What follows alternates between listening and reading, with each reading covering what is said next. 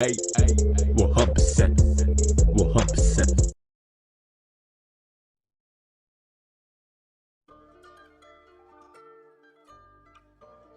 I can't sit with something on my spirit for more than a day. I can't go to sleep on it. I have to express it. Born and raised, born and raised, born and raised. Born and raised, born and raised, born and raised. From Staten Monroe, from down the brick road, the Maryland Monroe. I'm living a high note. Born and raised, born and raised, born and raised. Born and raised, born and raised, born and raised. From Staten Monroe, from down the brick road, no heaven if I know. No matter where I go, mama always with me, even through the days when I'm wishing that I just see some better days. But I always stand as strong as I can through the waves. I'll never give up on my goal, that's how I'm born and raised. Trying to stay calculated, always with the plays. Got a million alternatives, cause I know the ways. Trying to find my reckless lane, I'm gonna need the ways. All my way, so I embrace how I'm born and raised. Born and raised, born and raised, born and raised. Born and raised, born and raised, born and raised. From Staten Monroe, from down the brick road, the Maryland Monroe. I'm living a high note. Born and raised, born and raised, born and raised. Born and raised, born and raised, born and raised. From Staten Monroe, from down the brick road, no heaven if I know. No matter where I go. Born and raised, born and raised. Born and raised, born and raised. No heaven if I know. No matter where I go. At heart I got my mom low. I can't sit with something on my spirit for more than a day. I can't go to sleep on it. I have to express it. No wonder I feel like crap. But it's friends like you, and of course.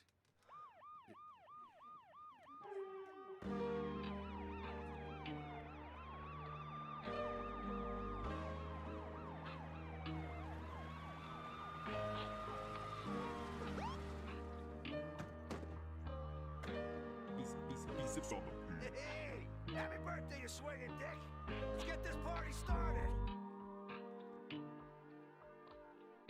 27. Turning 27. Swerving since 11. I've turned 27. I'm 27. One step closer to heaven. I'm close to heaven. I'm 27. I'm 27. Haven't learned my lesson. So don't ask the question. I'm 27. One step closer to heaven. I'm 27. I'm 27. I'm 27. One step closer to heaven. I'm closer to heaven. I'm 27. I'm 27. Haven't learned my lesson. Don't ask the question. I'm 27. One step closer to heaven. I'm 27. I'm 27. One step closer to heaven. I'm 27. Going through progression, but through this recession, I'm feeling regression. I get the impression you hate my expression. It gets your discretion. It's all an obsession. My goals, my mom, and those all on my mind, man. All of the time, man. Just gotta let it out from inside, man. I'm now 27. The time of my youth has now ended its session. You all put me through suppression for my endeavors, for my life, and now I'm 27. I'm 27. One step closer to heaven. I'm close to heaven. I'm 27. I'm 27. Haven't learned my lesson, so don't ask the question. I'm 27. One step closer to heaven. I'm 27. I'm 27. I'm 27. One step closer to heaven. I'm closer to heaven. I'm 27. I'm 27. Haven't learned my lesson. Don't ask the question. I'm 27. One step closer to heaven. I'm 27. I'm 27. One step closer to heaven. I'm 27. 27. Turning 27. Swerving since 11. I've turned 27.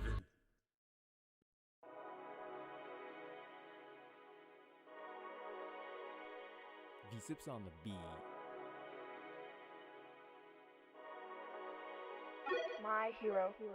Catch me riding 95 on my jet ski, on my jet ski, on my jet ski.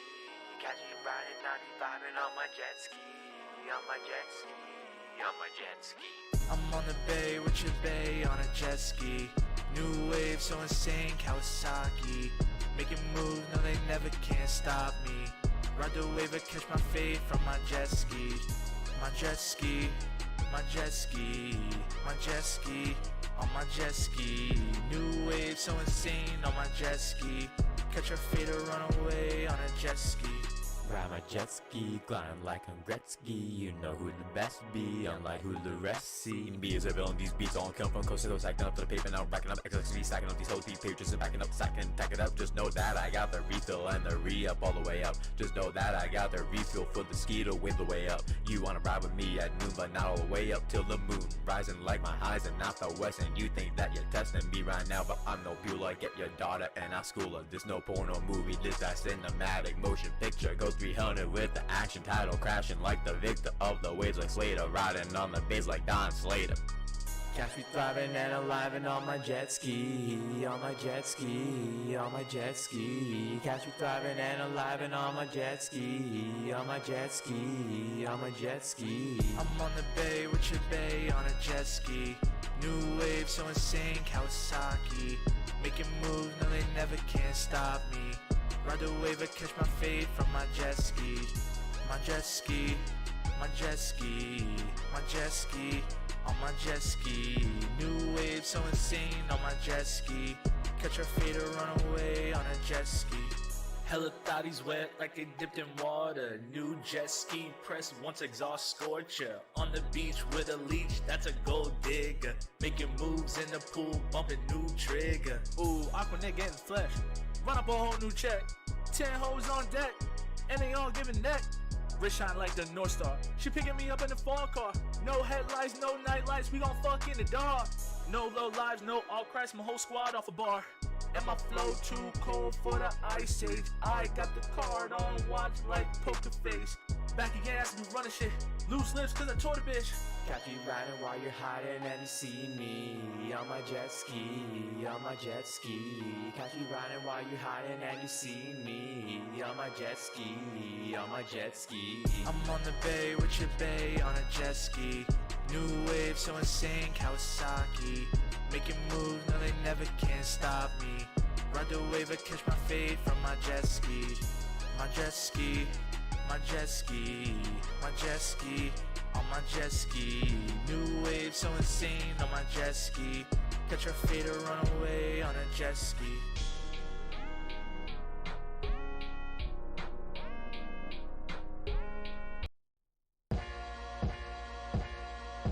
Yeah, I'm back to vintage. Yeah, I'm back to finish. Yeah, I'm back to business. Yo, listen and know I kill this. Yeah, I'm Super Saiyan.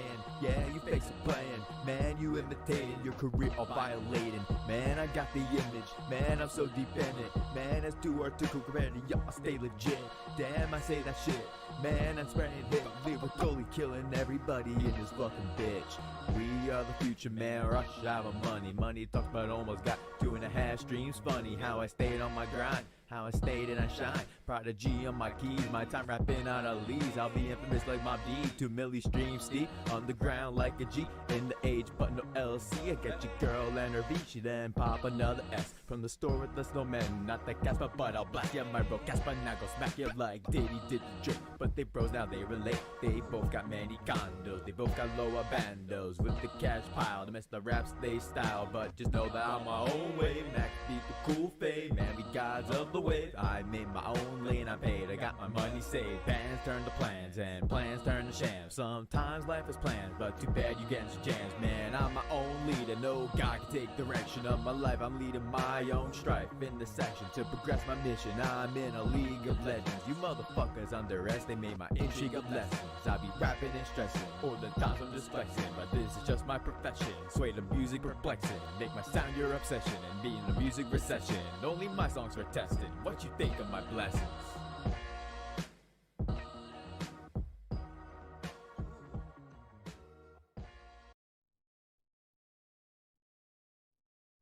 Real true, ay, 100%, 100%. Believe we are live. Let's go. What's up, everyone? This is V-CiPz. Welcome to the channel with the broadcast, episode 58, where we cover all kinds of content and things going around in media, whether it's video games, whether it's music, TV, all that type of stuff. But today's episode, we got a lot of stuff that we're going to be discussing with the good friend DavidCast JRPGs. We'll be discussing Shoji Meguro becoming an independent contractor, working on indie games. We'll talk about that later in the stream tonight. We'll be talking about Polygon's article about Shin Megami Tensei 5 and how it feels as a Persona player to play it. We'll be laughing at that article live. Then we'll discuss our thoughts on the state of play, the Sony state of play that happened today. Yes, there is a Sony state of play that happened today. Most people don't know that it even happened today, but it did. There was one really good announcement and one mini announcement that's like, it's cool. But like the whole state of play, we'll get into that. Shoutouts to Freddy's World Extra. Thanks so much for your support to the stream. I appreciate it, bro. Hope you're doing good, Freddy. Shoutouts to Freddy Bricks. For those who don't know, Freddy's the homie. Me and Freddy been friends for like 5 years now. Long ass time. We make music together too and have collabs. So check out Freddy if you guys haven't already. And yo, shouts to Old Manadorf. Welcome to the stream. 100% click. Let's go. Shouts to Stary says, let's fucking go. Shouts to J-Cat. Welcome to the stream. Thank you all for being here. We are about to start the call in just about 1 more minute. I'm going to continue with the shouts for everyone else after I finish everything we're talking about. Because there's actually more we'll be talking about tonight too. We'll be talking about the Nso Expansion Pack. How people view it now that they gotten the chance to play it. And then we're going to discuss some of our favorite RPGs in 2021. So I hope you guys are excited for that too. We're going to be having a lot of fun in today's stream. It should be about 2 hours long at most. So I hope you guys are excited for this episode of the broadcast. If you guys are, don't forget to smash that like button. And if you're new here, consider subscribing. We have the broadcast series once to twice a week. We also have gameplay live streams as well as live reaction streams to events like Tokyo Game Show. We covered the vast majority of Tokyo Game Show and more. So if you guys can do that, that'd be super awesome. If you guys can hit that subscribe button. But without further ado, me and the homie David are going to be talking about all these amazing topics and more. Let's go.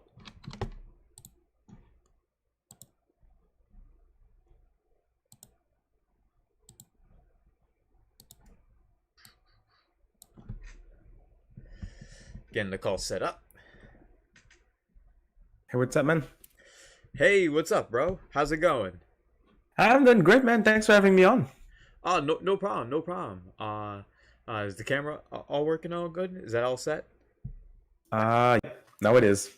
All right, dope. Yeah, I'm just trying to get everything set up on my end too, making sure everything's all goody in the hoodie. Real true, There we ay, go. 100%. Hey, so we have it all set. It's all set on the stream. So yo, shout out to everyone who's here. Let's first introduce a returning guest to the broadcast. This isn't actually your first time. For those who have seen, you've been on a prior episode, actually a month or two ago now. The good friend DavidCast JRPGs covers lots of Atlas, Sega, JRPG content, and much more as well. David, we'd like to do the honors. Let everyone know who you are, what you do, and all that pizzazz before we get into some of tonight's hot topics that we'll be discussing. Absolutely, man. Thank you. That's what I do. I do Atlas, Sega. My thing is to cover news. So whenever something new comes up, I try to be first to report the news. But I also do like live streams for events and stuff like that. Discussion videos as well. Right. I have a podcast. You've been on multiple times. The Demon Appreciation Podcast. You guys have Yes, to check sir. that out for sure. Thanks for having me on, man. Should be fun. You have some great topics, so I think we'll have a blast, man. Awesome. I'm excited because there is a lot to talk about. Like there's a lot to discuss. Like I sent you like 3 links earlier, and like there's like a bunch that we don't even need like links for just to talk about. Because like we will be talking about some of our favorite RPGs of 2021 so far, and I know you covered Caligula Effect recently, the second one. So It's been a very solid years for RPGs, so that's cool. I'll have a lot to say as well. Hell yeah. Well, shout outs to B-Leaf, welcome to the stream, Blue Badge crew in the building. Thank you guys for all being here tonight. Kugan says excited for the discussions. Me too. I'm just as excited as well. And we are going to get right into it with Polygon's SMT5 preview. Oh boy. Imagine being someone who plays both Shin Megami Tensei and Persona and you're excited for Shin Megami Tensei 5, and one of the first previews that are published on an open, public, mainstream video game journalism website starts the headline with, "As a Persona player, Shin Megami Tensei 5 felt dark, challenging, and intriguing." Well, dark and challenging, that sounds like what SMT is all about. If you've ever played the series since the beginning, just in general, those kinds of vibes were always a part of the series. Like, what kind of way you start that off, like, with that kind of opening header? Like, no. The game has a lot to offer fans of Alice JRPGs. I hope so. We've been waiting for, like, 5 years for it. Yep. So, we saw the homie, King Narakami, he's the bro. He had an awesome video basically covering this Polygon article, and he did such amazing justice with it, where it's like... He went hard. That's good. He went hard. And I think we gotta go a little bit in right now, because they have the audacity to say some crazy stuff. Just like in Atlas' other series, Persona, SMT5 starts with a stoic, bookish high schooler getting suddenly transported to a post-apocalyptic Tokyo and fuses with a demon to fight off monsters crawling across the city. I'm not sure if that's just like Atlas' other series, Persona. Not sure if that's how Persona 5 went about everything. Not at all. There was no demon knight. No, that it wasn't apocalyptic Tokyo. Like, who wrote this? Like every time I see articles like this, I always go, who wrote this? And I go and check out their social media pages, because I'm just like, what made you come up with writing this? How did this get cleared? How do people look at this and say, yeah, this is a good article that fans of the series and possible newcomers would like? Well, I mean, newcomers, kind of, because there's going to be a bunch of Persona fans that are going to jump in. Right. So, kind of. I'm not, like, defending them. That article's garbage, but, you know. Yeah. Oh, and shout out to Demiko, who has been a member for 8 months on the channel. That's dope. Says, you reacting to the SMT5 trailer tonight also? Yeah, I'm going to be doing a reaction video. I'm pretty sure you're also doing a video reaction as well. So make sure you check out both our videos, right? Yep, if it's good, my reaction's going up. Dope. I think it's going to be good. Yeah, I think it's gotta be. It's the final trailer, SMT5. Like, we've been waiting so long for this. Well, I've been waiting so long for this, but we won't get into that. Yeah, we'll talk about that later, I think. Yeah, but Polygon overall with this article, I really feel like they messed up bad. Like, they even say it right here. This is a far cry from the silly high school antics of the Phantom Thieves. And it's like, yeah, obviously, you're going to an apocalyptic world, like, it's not the same world as real life. It's totally different. It's dark. Like, no, like, I don't understand this at all. What do you think overall about the Polygon article situation? I mean, it's hard to say, because I want to go hard, but at the same time, they did it for clicks. Like, I'm sure that's intentional. Right. It's not because he thought it was a good headline. It's just he knows he's going to get clicks. And it's the preview that got the most clicks. It's the preview that I kept seeing everywhere on Twitter. So it works. Yeah. It works. Yes, it's not good journalism, but it's journalism. Sure isn't. And we see it all the time. The big thing being, like, this game, like Persona, always a Persona comparison in the titles. Like, 13 Sentinels is my favorite one. It's Persona with robots. There was some for Yakuza Like a Dragon as well. There's some for so many freaking games. It's like, come on, not everything is Persona. Not everything has to be compared to Persona. Like, come on. Like, literally, like, everything is compared to Persona 5 at this point. And it's like, please, we don't need everything to be a comparison. And just because it's the 5th entry of SMT does not mean it has to be immediately level-headed compared to Persona 5 Royal in every way. Like, King Narakami said it best, and that's why I like, we're all laughing right here. How come I can't date my favorite anime waifu during the apocalypse? Well, it's the apocalypse, and, like, yeah, I would like to hook up with Manana Gal, that new demon, but I don't know how that would go. I feel like she would rip my tongue out with her teeth. Yeah, that'd be Shouts to Cobra Commander. Shouts to Ryan. Welcome to the stream. Ryan says the Persona effect. The Persona effect seems a bit too strong if that's the case. It's been 5 years now almost since the game's been out. The original Persona Vanilla. I think it's been 5 years now about, right? Yep. We're getting up there. Crazy. Oh, man. It's one of those things where Persona 5 is a great game. Everyone here, don't get us wrong. We like Persona 5 Royal a lot. It's a great game. But just because it's so good doesn't mean everything has to be the exact same as Persona 5. Exactly. Royal. There's no reason for that. Like, every game has their own ways that make them stand out.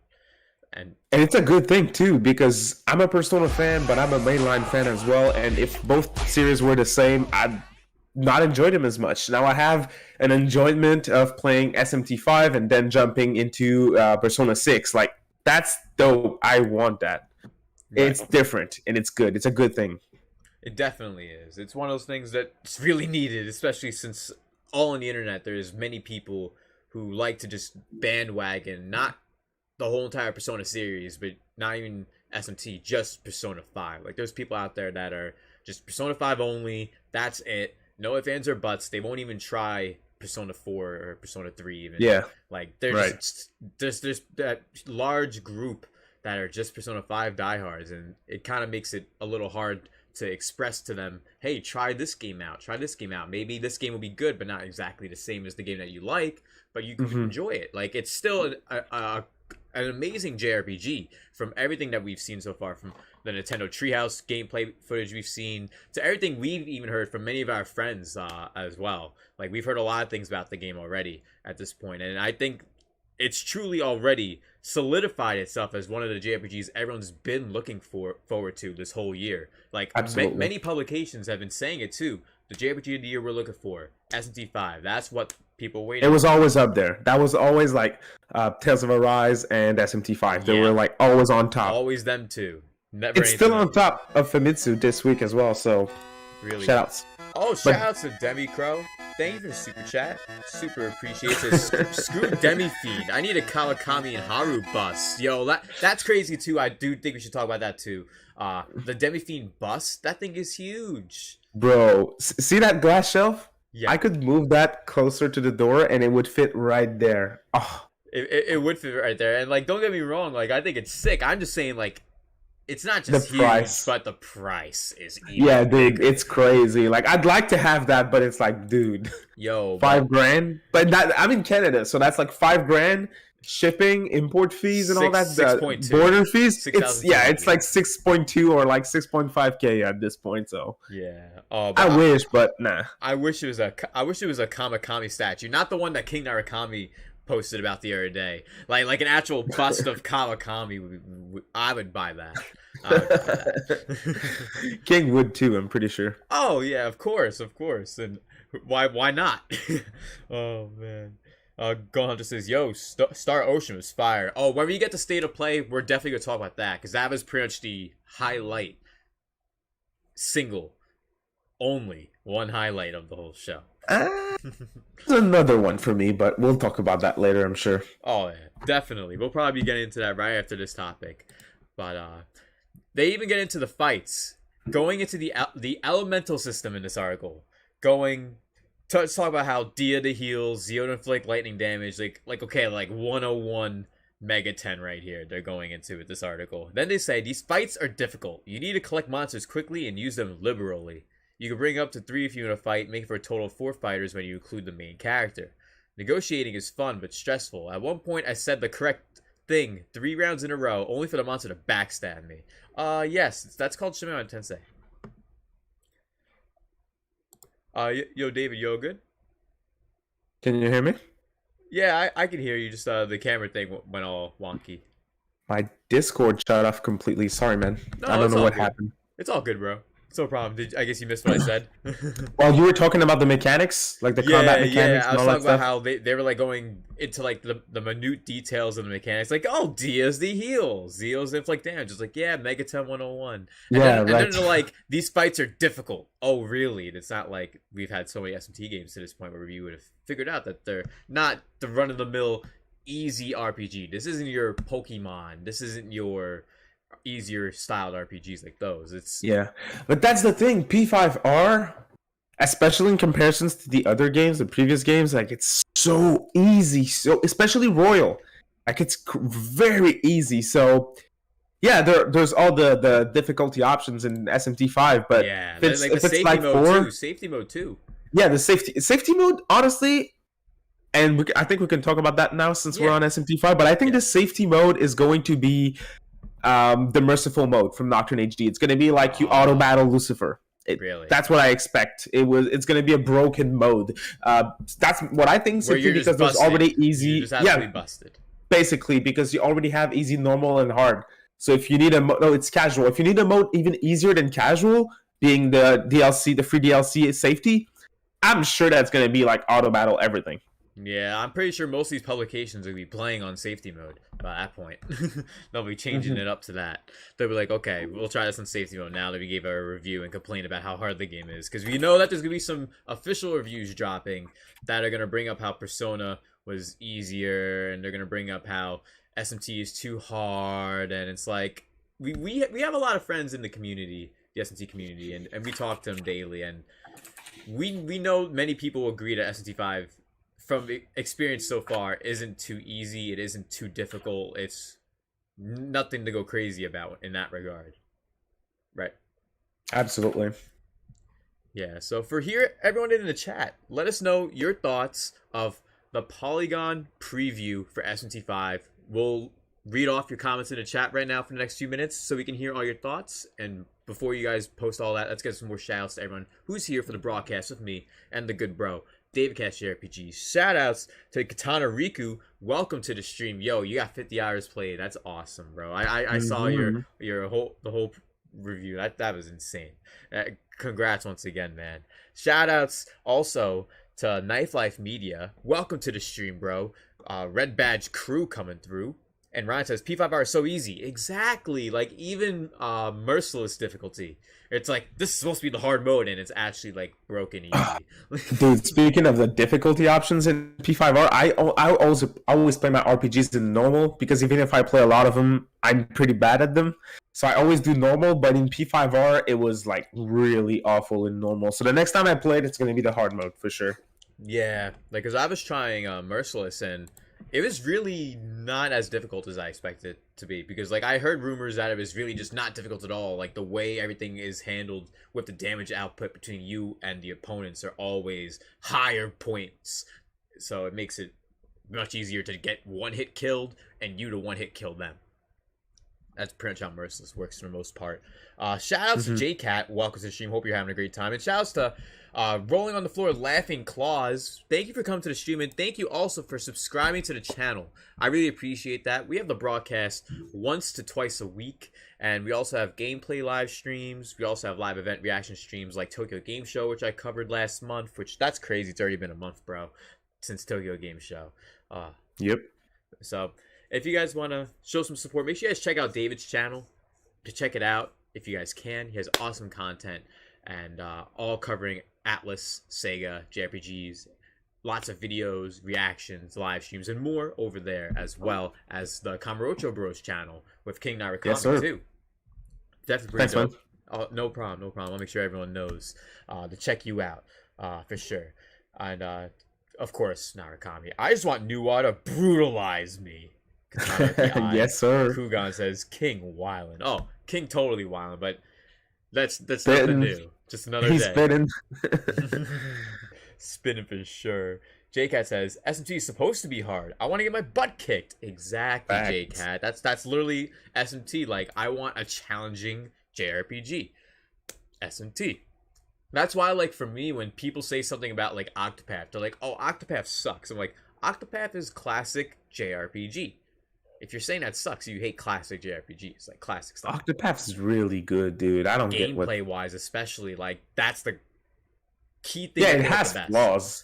It has flaws that I think the Triangle game will fix. Yeah. The fact that was not enough interactions between all the characters, that was one of the big things. But, dude, the visuals, the music, the gameplay, those three things. Triangle strategies, it's day one. Easy. Yeah. For sure, man. For sure. And yeah, I actually covered Triangle Strategy. They dropped a new trailer, actually.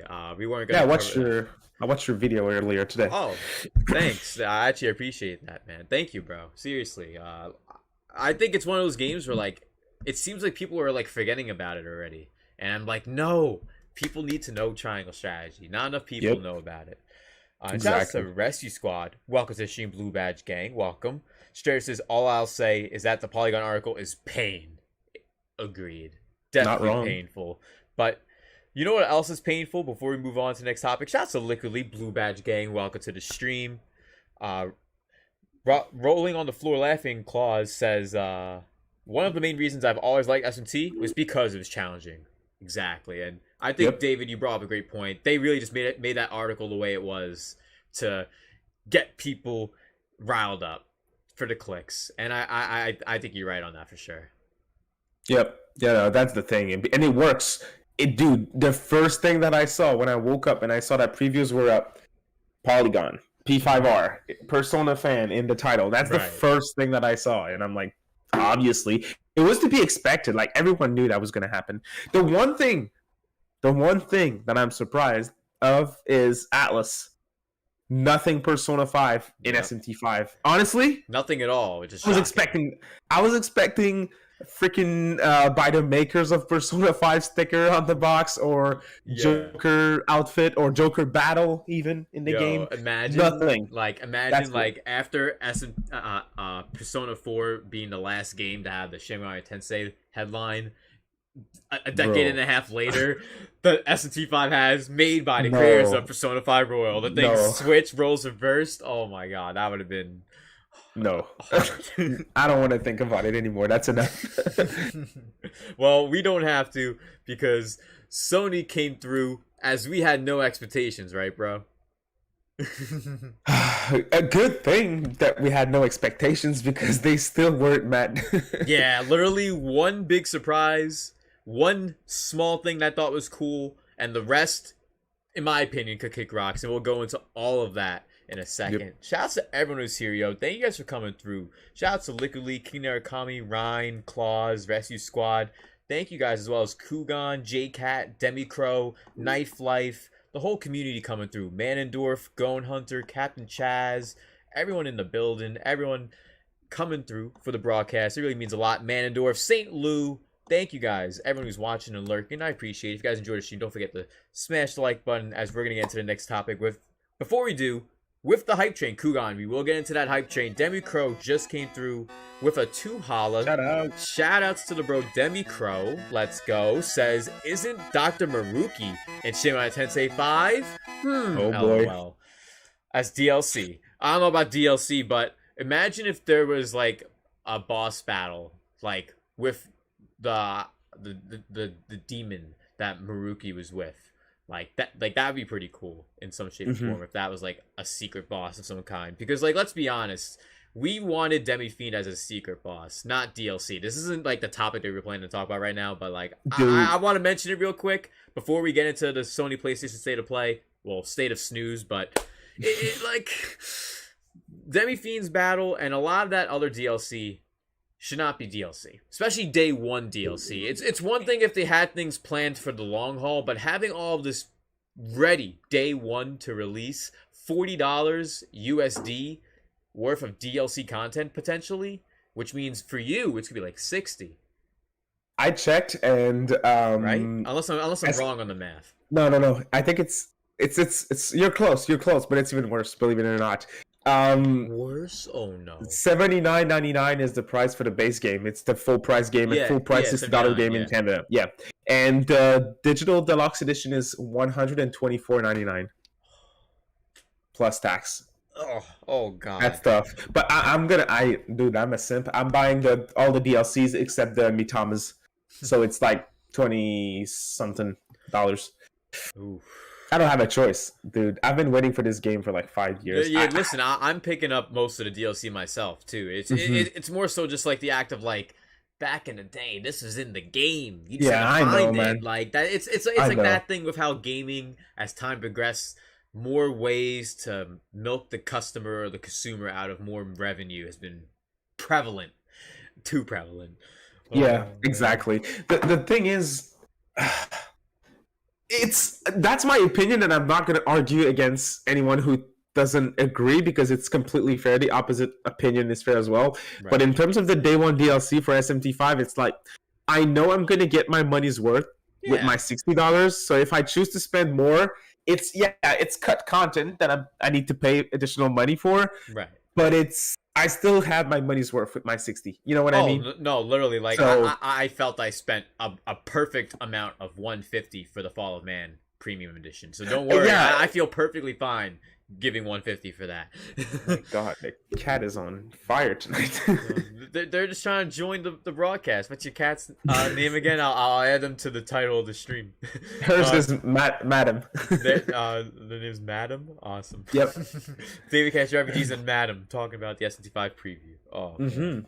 Shout outs to everyone who's here, yo. Thank you all for being here. King Narakami, of course, says, I want Nuwa to peg me for long toenails.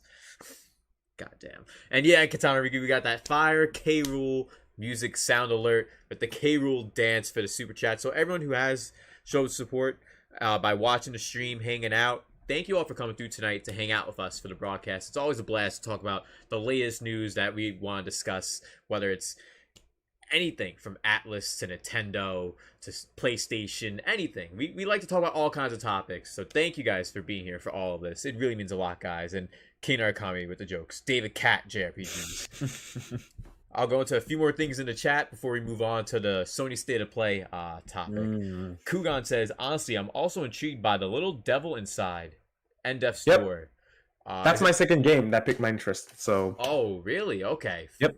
For me, like, my other small thing was Death's Door going to PlayStation, because Yeah, that's cool too. It's a good get. Like, it's like with Hades, in my opinion, because like 2021's indie game of the year, like, to me so far, Death's Door is in their top 5, like, easily for indie game of the year. It's one of those games where you really have to play to experience it. It's a very challenging, fun, isometric action RPG.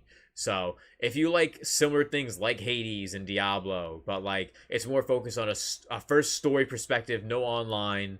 It's a lot of fun. It's a good game with the way it reacts overall. Okay, so it's not a roguelike? No, a roguelike? No, it's not. Okay. It's not a roguelike. Like you can die, but you don't lose all your stuff. You collect that stuff, that so works. You're good. Okay, cool. Yeah. You're not losing everything in that. I think it's coming to Switch too, right? It's supposed to eventually. I'm not sure when. I would assume around now. It could be maybe a shadow drop. There could be an indie direct sometime soon, honestly. I think I watched a video before we started, and someone said it was a trailer dropped for a Switch version as well. Really? Maybe I'm mistaken, but I'll check just to be sure. But I think I heard that in the video before we started. Okay, well, while you're looking for that, I'm going to see what anyone else says in the chat. JCat says, I read the Japanese comments about the Day 1 DLC, and none of them were complaining about the price or the fact it was Day 1. I think in Japan, they're just fine with it, you know what I mean? Like, they're already playing all mobile, all digital, everything anyway, so they're going to have to pay more for stuff just because it's digital anyway. So, it's just how it is. And Ryan says, at least it's better than Apocalypse Beach episode. Oh, God. Man. No thanks. And Cat Chat says, what's Death's Door? Actually, Cat Chat, I streamed Death's Door on the channel a few weeks ago. It's a really fun isometric action RPG game. Really dope. Even if you like games like Legend of Zelda, you would like this game. It's a lot of fun. I just sent you the link, but Death's Door, it's coming on Switch on the same day as PlayStation 4, November 23rd. Oh, you sent it on Discord, or? Yep. It's a good article from our friends at Polygon. Oh, our friends at Polygon. Should we trust them? Death's Door coming to PlayStation and Nintendo Switch in November. But, yeah, man. They just posted that after the Sony State of Play, so I'd believe that. Right. I feel like there's going to have to be some sort of Nintendo indie direct of some kind to even talk about it on Switch. Because I know a lot of people who've been waiting for that game on Switch. So. Yeah, for sure. I may try it on Switch. I think if it runs well, it has potential. It looks good. And as long as it is in a cloud version. Oh, God, no thanks. Oh, man. Well, we are now going to get into the State of Play. The State of Play was a little bit wild. And by wild, I mean no, there was nothing. It wasn't a whole lot. There's a little bit. Shoutouts to King Narakami, who actually just reached 6 months Blue Badge Gang of Support. Shoutouts to King Narakami, who says in the chat with his 6-month announcement as a member, says, why no Persona 4 Golden port during the State of Play? Atlas doesn't want anything Persona 4 Golden to overshadow SMT5. Maybe even a month after SMT5 releases, in my opinion. And I know people don't want to hear this. I'm sorry. But December's showcase for Atlas for Persona let's not assume we're gonna get Persona 4. Let's please, just in case everyone don't believe we're gonna get Persona 4 in December. Have no expectations and hope for the best. I had no expectations for today's state of play, which we're gonna get into now. And Star Ocean is having a new entry, which is great. Most people forgot about the one on PlayStation 4. I think it's called Integrity and Faithlessness, if I recall. I don't remember the exact name. I'm not sure. It's something like that. Sure. Star Ocean, Integrity, and Faithlessness. It wasn't anything that crazy. But Star Ocean as a series for me, I got into it pretty late. But I really like First Departure R. Such an amazing game for anyone who played that classic Star Ocean game. And is that the PSP one? It was on PSP, but it was on PlayStation before all of that. Like back in like the original Star Ocean, and then it got remade and redone. That's what Star Ocean First Departure R is. It's kind of like a remastered version of the original game with quality of life advancements. It plays really good on Switch too, actually. Cool. I didn't know that was a thing. Yeah, it's pretty dope. It's a lot of fun. And Ryan says, Death's Door, is that a Deathloop spinoff? Bruh. I'm glad we didn't see Deathloop. Yeah, finally. Yeah, it took them long enough to just give us a break on that. Was that all the shows? Kugan says, all the Star Ocean games are currently on the PS4, minus 2. Yeah, I actually didn't know it was just 2 that wasn't on PS4 currently. But the newest entry came out 5 years ago now, which is the 2016 entry, Integrity and Faithlessness, if I recall. Shouts to B-Leaf, Blue Badge Gang. Hope you've been enjoying the stream tonight too. Let's go. And JCast says there's gonna be a physical for Switch and PS4. There's gonna be a physical for Death's Door? Damn. I may pick that up because I've been enjoying it on Game Pass. I've been having a lot of fun playing Death's Door. So I can't wait to try that out. Rolling on the Floor Laughing Claws says, I have Star Ocean 3 on PS2. Hey, nice. And Keenan I think I have that as well. Oh, Star Ocean I know 3? I have a random Star Ocean game on PS2, but you're not sure. I don't know what game it is, but it's the purple one. The box is purple. I know which one you're talking about. It's like purple with a little bit of pink on it. Yeah, exactly. Let me check. I know which one you're talking about. I just don't remember the end part of the name off the top of my head. It's till the end of time. Till the end of time. All right. Well, have you ever tried it? Nope, never. How'd you end up coming across your copy of Till the Time? I buy lots sometimes. I used to buy lots of games in the past from Marketplace, Kijiji, and stuff like that. That's our Craigslist. Right. And I used to find tons of deals, like a bunch of games for a very low price, and I would keep the games that looked interesting or that I wanted in the lot. Then I would trade the other ones for other games that I wanted. That's why I have such a big collection. I used to get a lot of I have a lot of games that I played and I want to keep my copy, but I also got a lot of games that I want to play at some point that I found in a lot for a very good price, like Wolf Among Us for PS4, for example. That's a game that I randomly got for a very good price in a lot, and I tried it just this year, and it's freaking amazing. So an example out of so many others. That happened with me with a game called Raging Loop. I ended up getting it. Oh my god, I got it for free. Very good game. I got it for free from GameStop. Like, it was one of those buy two get one for free. Oh yeah, and that's such a good game. It's so underrated in my opinion. It's one of the most underrated visual novels. 100%, especially for this time of the year too. If anyone were to play it during the this time of year is the best time to play it. I highly recommend that one. Yeah, definitely. I think I have my copy. It's on my shelf on the other side of the room though. But yo, shout outs to Midnight Channel. What's up, bro? Welcome to the stream. Great to see you, Kuro. Hope you're doing great. And shout outs to Jugs McGee. Blue Badge Gang says, sup, VC and David. What's up, bro? Great to see you. And how's everyone doing tonight? I'm doing good. How are you doing tonight, David? I'm doing good, man. I'm doing good. Awesome. And K9 says, want a good visual novel? Nurse Love Obsession. No shit, oh my you would God, like a visual novel called Nurse Love Obsession. He sent me pictures of that thing from Steam. Oh. God, it's porn. It's basically porn. It's basically a hentai visual novel for the most part. Oh man. Captain Jazz says Death's Door soundtrack dropped on Spotify and Apple Music. According to Google. If that's the case, then I gotta be careful playing that game on stream. Because there's definitely some DMCA like stuff going on with that soundtrack now if it's on Spotify and Apple Music. And Kugan says, I wish Star Ocean 3 got a proper remake. It's unfortunate that Star Ocean 5 was not up to par, according to most fans. It looked like it had potential. Yeah, integrity and faithlessness. It just wasn't what a lot of us who've played Star Ocean games expected, for the most part. And King Archon says, Wolf Among Us, fire emojis. Yeah, for me, I know a lot of people like the Wolf Among Us and they like the Telltale games overall. I just never really been that huge into them. The only one the only one that I liked was the Back to the Future Telltale game. Because I was about to say Batman. I really like the Batman games. see, I love the Batman games too, and I feel like I should check out the Batman Telltale series. That's like the only Telltale like I have like an interest to want to check out that I haven't checked out yet. The only one I have is Back to the Future, and that shit slapped. That shit was really good, especially if you watched all 3 of the movies. Back to the Future Telltale is literally another story, like in the canon actually, which is sick. So I had a lot of fun with that. To bring up King's last message, like he says, The Wolf Among Us is one of my favorite Telltale games. A total surprise.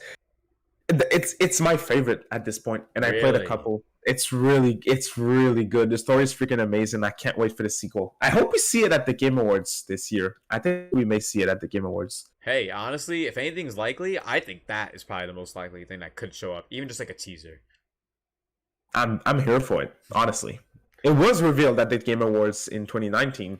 Yeah. So originally revealed. It's been a originally, while. yeah. It's been a while. So maybe they have something to show, like at least like a 30-second gameplay thing. Hopefully not. Yeah, because they've been teasing it on Twitter recently. So oh, really? they told everyone, don't forget it's still in the works and stuff. So it's cool. Oh, that's great, man. Because like a lot of people were really sad when they originally saw the creators of the Telltale series were going to be out of business a while back. I know a lot of people were sad about that. I remember talking about that on the P podcast a while back. So I know that was a big thing for sure. A lot of people were talking about it. King Icon says Batman Season 2 is fire. And Captain Chess says Doki Doki Literature Club for the win. I actually want to pick that up now, to be honest. Because I've seen so many people play it. I even seen people stream it. And like even if I'm seeing gameplay that I can just go through myself, like seeing how the game works, whether it's a PC version of the game or the Switch version, it's ridiculous. I pre-ordered the physical version on Switch, and I never played the game. I never spoiled too. I know what type of game it is, but I've never been spoiled, so I'm really excited to play it. But I pre-ordered it from Serenity Forge directly, the publisher, because they're the first one who put the pre-orders up, and I didn't create an account, so I cannot get refunded. And my copy, they shipped it like a week late, and it's still not even in Canada yet. I checked today. I'm like, dude, it's been 20 days, and it's not even in the country yet. You know what it is, man? Like, I'm just gonna let you know, and everyone here know, because many people know that I used to do like a job where I was working with a lot of delivery people, like Amazon, the UPS, FedEx, a lot like those kinds of delivery type jobs. I'm letting you all know there's a 90% probability your shit either got lost inside the facility because someone was throwing it into a fucking BMC, which is called a big metal chamber to hold shit. So your game could be inside this chamber, below a fucking lamp, below a ping pong table. Yeah. Like you guys don't understand how things work in like the post office or any of that type of stuff. Shit's a fucking mess. I'm telling you right now, especially currently, they're also severely understaffed. And that includes Amazon. I don't doubt that. Yeah. Like it's one of those things where it's an internal issue that like sometimes can't be fixed unless and there's an entire overhaul. So like I even got games that I ordered like that took forever to get here, and I find out it's been sitting in a room for months on a shelf just collecting dust. It's like, this is supposed to be sent. What's going on? Why isn't it here yet? Like those things happen. It happens all the time, yeah. And I feel like people forget about that type of thing a lot too. Kitana Riku says, hell yeah, I'm in the middle of developing the final season of Walking Dead 2 and glad they finished it. I'd love a new season, but I think that story is done. And Kinarkon says, Riku, the final season already released. I guess that's for the Walking Dead Telltale they're talking about, right? I never played them, so I'm not sure. I never played those. I heard it's good, though. Yeah, for those who've played and also watched the series, kept up with the series, it's definitely a dope one. I've heard also. And Demiko says, I have Batman on Switch. You remember Minecraft Story Mode? That game was shit. Well, Minecraft Story Mode is a totally different type of story mode than Telltale. But yeah, Minecraft Story Mode is definitely something. I'd play Batman, though, if you didn't already, Demiko. It's really good. I personally preferred the first one over the second one, though, but both are great. Yeah, I've seen them on sale a lot on the Switch. Have you played the Switch version by any chance? I played the first one on Switch because it was available physical, and it was not available. The sequel was not available physical on Switch, so I got it on PS4. Right. I'm that much of a PS4 PlayStation. Well, a physical collector. Sorry, goddamn. Don't worry, I'm a physical collector too, man. Like I have AI Somni files digitally on Switch, but I needed to get a physical. I wasn't gonna PS4. pay. I wasn't gonna pay. I did the same thing. Wasn't gonna pay 80 or 90 for a Switch version. I'm like, I see this for 50 on PlayStation 4. Why would I not go for it? I did the exact same thing. Oh man, great minds think alike, man. Oh. Yes, sir. And I think it's time we officially dive deep into the state of play and go over each thing that was shown, because one of the things that I want to talk about that I think was not the worst thing shown, but it was the number one. Why is this being shown? Do you remember the rinky-dink Newgrounds styled kart racer game that was shown? Oh, yeah. That looked really rough. It looked like it was made by a 5th grader learning how to use Blender for their first time in a very nice school. It was really rough. It really was. Free to play kart racer, kart rider drift. That's what it's called. Kart racer, kart rider drift. I swear that's like a team of 3 people. They saw that Mario Kart 8 Deluxe sold 40 million copies. It's gotta be a small team. I can't imagine it being more than 10 people. Exactly, and they said, let's replicate that. If we can get 1% of the sale, that's a win. That's what they did. Hey, at least it's free to play. Like maybe they'll find some way to take people's nickels and dimes. Yeah, we'll see. They also showcased this. I think it's cool that Death's Door is coming to PlayStation 4, PS5, and Switch. That's awesome on November 23rd. I do think that's awesome. That was a good announcement, because for those who haven't played Death's Door, highly recommended. One of the best indie games of the year for 2021. After that, I don't understand this series. Can you explain to me, bro? I know you said you wanted to explain a lot of stuff earlier, and like this is a topic I need you to explain for me, because I don't understand it. Five Nights at Freddy's. Oh God. Can you explain to me, bro? Dude, no, I can't. I have no idea. I have no idea what that is. I keep seeing this. I know it was the little camera thing that they were kids were playing on phones. Is it a kid game? Is it an adult? I don't know, man. I don't know anything. That's everywhere in the GameStops as well. There's so much work, so much merch for that series, but I don't know anything about it. There was some people talking about that in my chat, though. I don't know if it's because it's the only game they recognize, or if it's because it's popular. But yeah, a lot of people were talking about that for whatever reason. It looks okay, but it's not my thing. Yeah, it's definitely not my thing. But it's to the point now where like Freddy is so popular.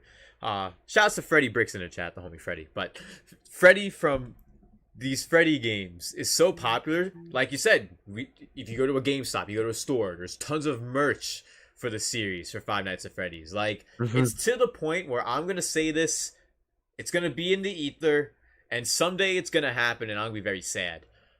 Freddy from Five Nights at Freddy's probably has enough clout to be in Super Smash Bros. At this point, and I don't like that at all. That's tough. I needed to say that out loud so people here can understand the objective truth, because of how popular the series really is. It's really that huge. Like, it is. The potential of him being in Smash is probably more likely than we think. Shouts to Demicrow. Super Chat Hollow with the K-Rool dance. YouTube is usually late with the alerts. Oh, there. It actually was pretty quick this time. Let's go with the alert. You gonna do the K-Rool Super Chat dance? Move your fingers up and down and just all around. Can I do that? Yeah, come like this. Hey, yeah, like that too. Oh man, but yo, shout outs to the homie Demicrow, good friend of me and David. Shout outs. Thank you for coming through. Thank you for King Arakami, Rolling on the Floor Claws, St. Lou, Jugs McGee, everyone who's been watching tonight's stream, the Midnight Channel, Katana Riku, Captain Chaz, Kugan, B-Leaf, Rescue Squad, Strader, Knife Life, and everyone who's been watching Channel Lurkin, St. Lou, yo, everyone who's been here. It's been a blast. Thank you all so much for coming through. We're still not done, though. We got over an hour to discuss, and we're not even done discussing the state of play. So if you guys enjoyed today's stream, for the broadcast, episode 58, don't forget to smash that like button. Derico says in his message, 8-year-olds have taken over the flag fandom. I don't think he's wrong. I don't think he's wrong at all. Them Zoomers. Them damn Zoomers. Yep. There's a reason why Fortnite's so popular. Yeah, the Five Nights at Freddy's fandom. Yeah, we knew that's what you meant. Oh, there you go. Mistypes, man. If only Twitter and YouTube can allow us to edit our tweets. Edit what we say. But yo, shout out to everyone who retweeted the stream too. Thank you guys so much. Kuma Torres, I know you hopped in the stream too, been hanging out. Shout out to Kuma Torres, welcome to the stream. Shout outs to Meliodas. Shout outs to Meliodas Goat Hunter. Alonzo Vines, Liquidly. Thank you so much, Liquidly. Hope you've been enjoying the stream too, bro. Shout outs to Freddie Bricks, Captain Chaz, RDA Matt. Everyone's here tonight. Zeron's here too. Shout out to Zeron. Let's go. But yeah, there's more for the state of play. They announced a beta test for King of Fighters 15. I know a few people that are excited for King of Fighters 15, but for me personally, when it comes to fighting games, I never really was into King of Fighters personally growing up. Like that was just me though. Yeah, I'm just not a fighting games fan, to be honest. It's just not my thing. It's not my genre. My favorite fighting game is Smash, and I played like 50 hours of it. So not my genre. Yeah, well, if only the Nahabino was in Smash. Yeah, I wish, man. But we got my boy Sora. He deserved it. I don't care for Kingdom Hearts, but he deserved it. Yeah. He deserved it. He was like the most requested character. He has the legacy and all that stuff. So Kingdom Hearts, it deserved its spot in the roster. But you know what's one thing that's funny, because like I love Persona and Shin Megami Tensei and Kingdom Hearts, and like for those respective series, the Megaten community and the Kingdom Hearts community, they both have no expectations for Sony State of Plays. Because everyone's like Re-Fantasy on the Atlas side. On the Square Enix side, they're like Kingdom Hearts 4, Kingdom Hearts 4.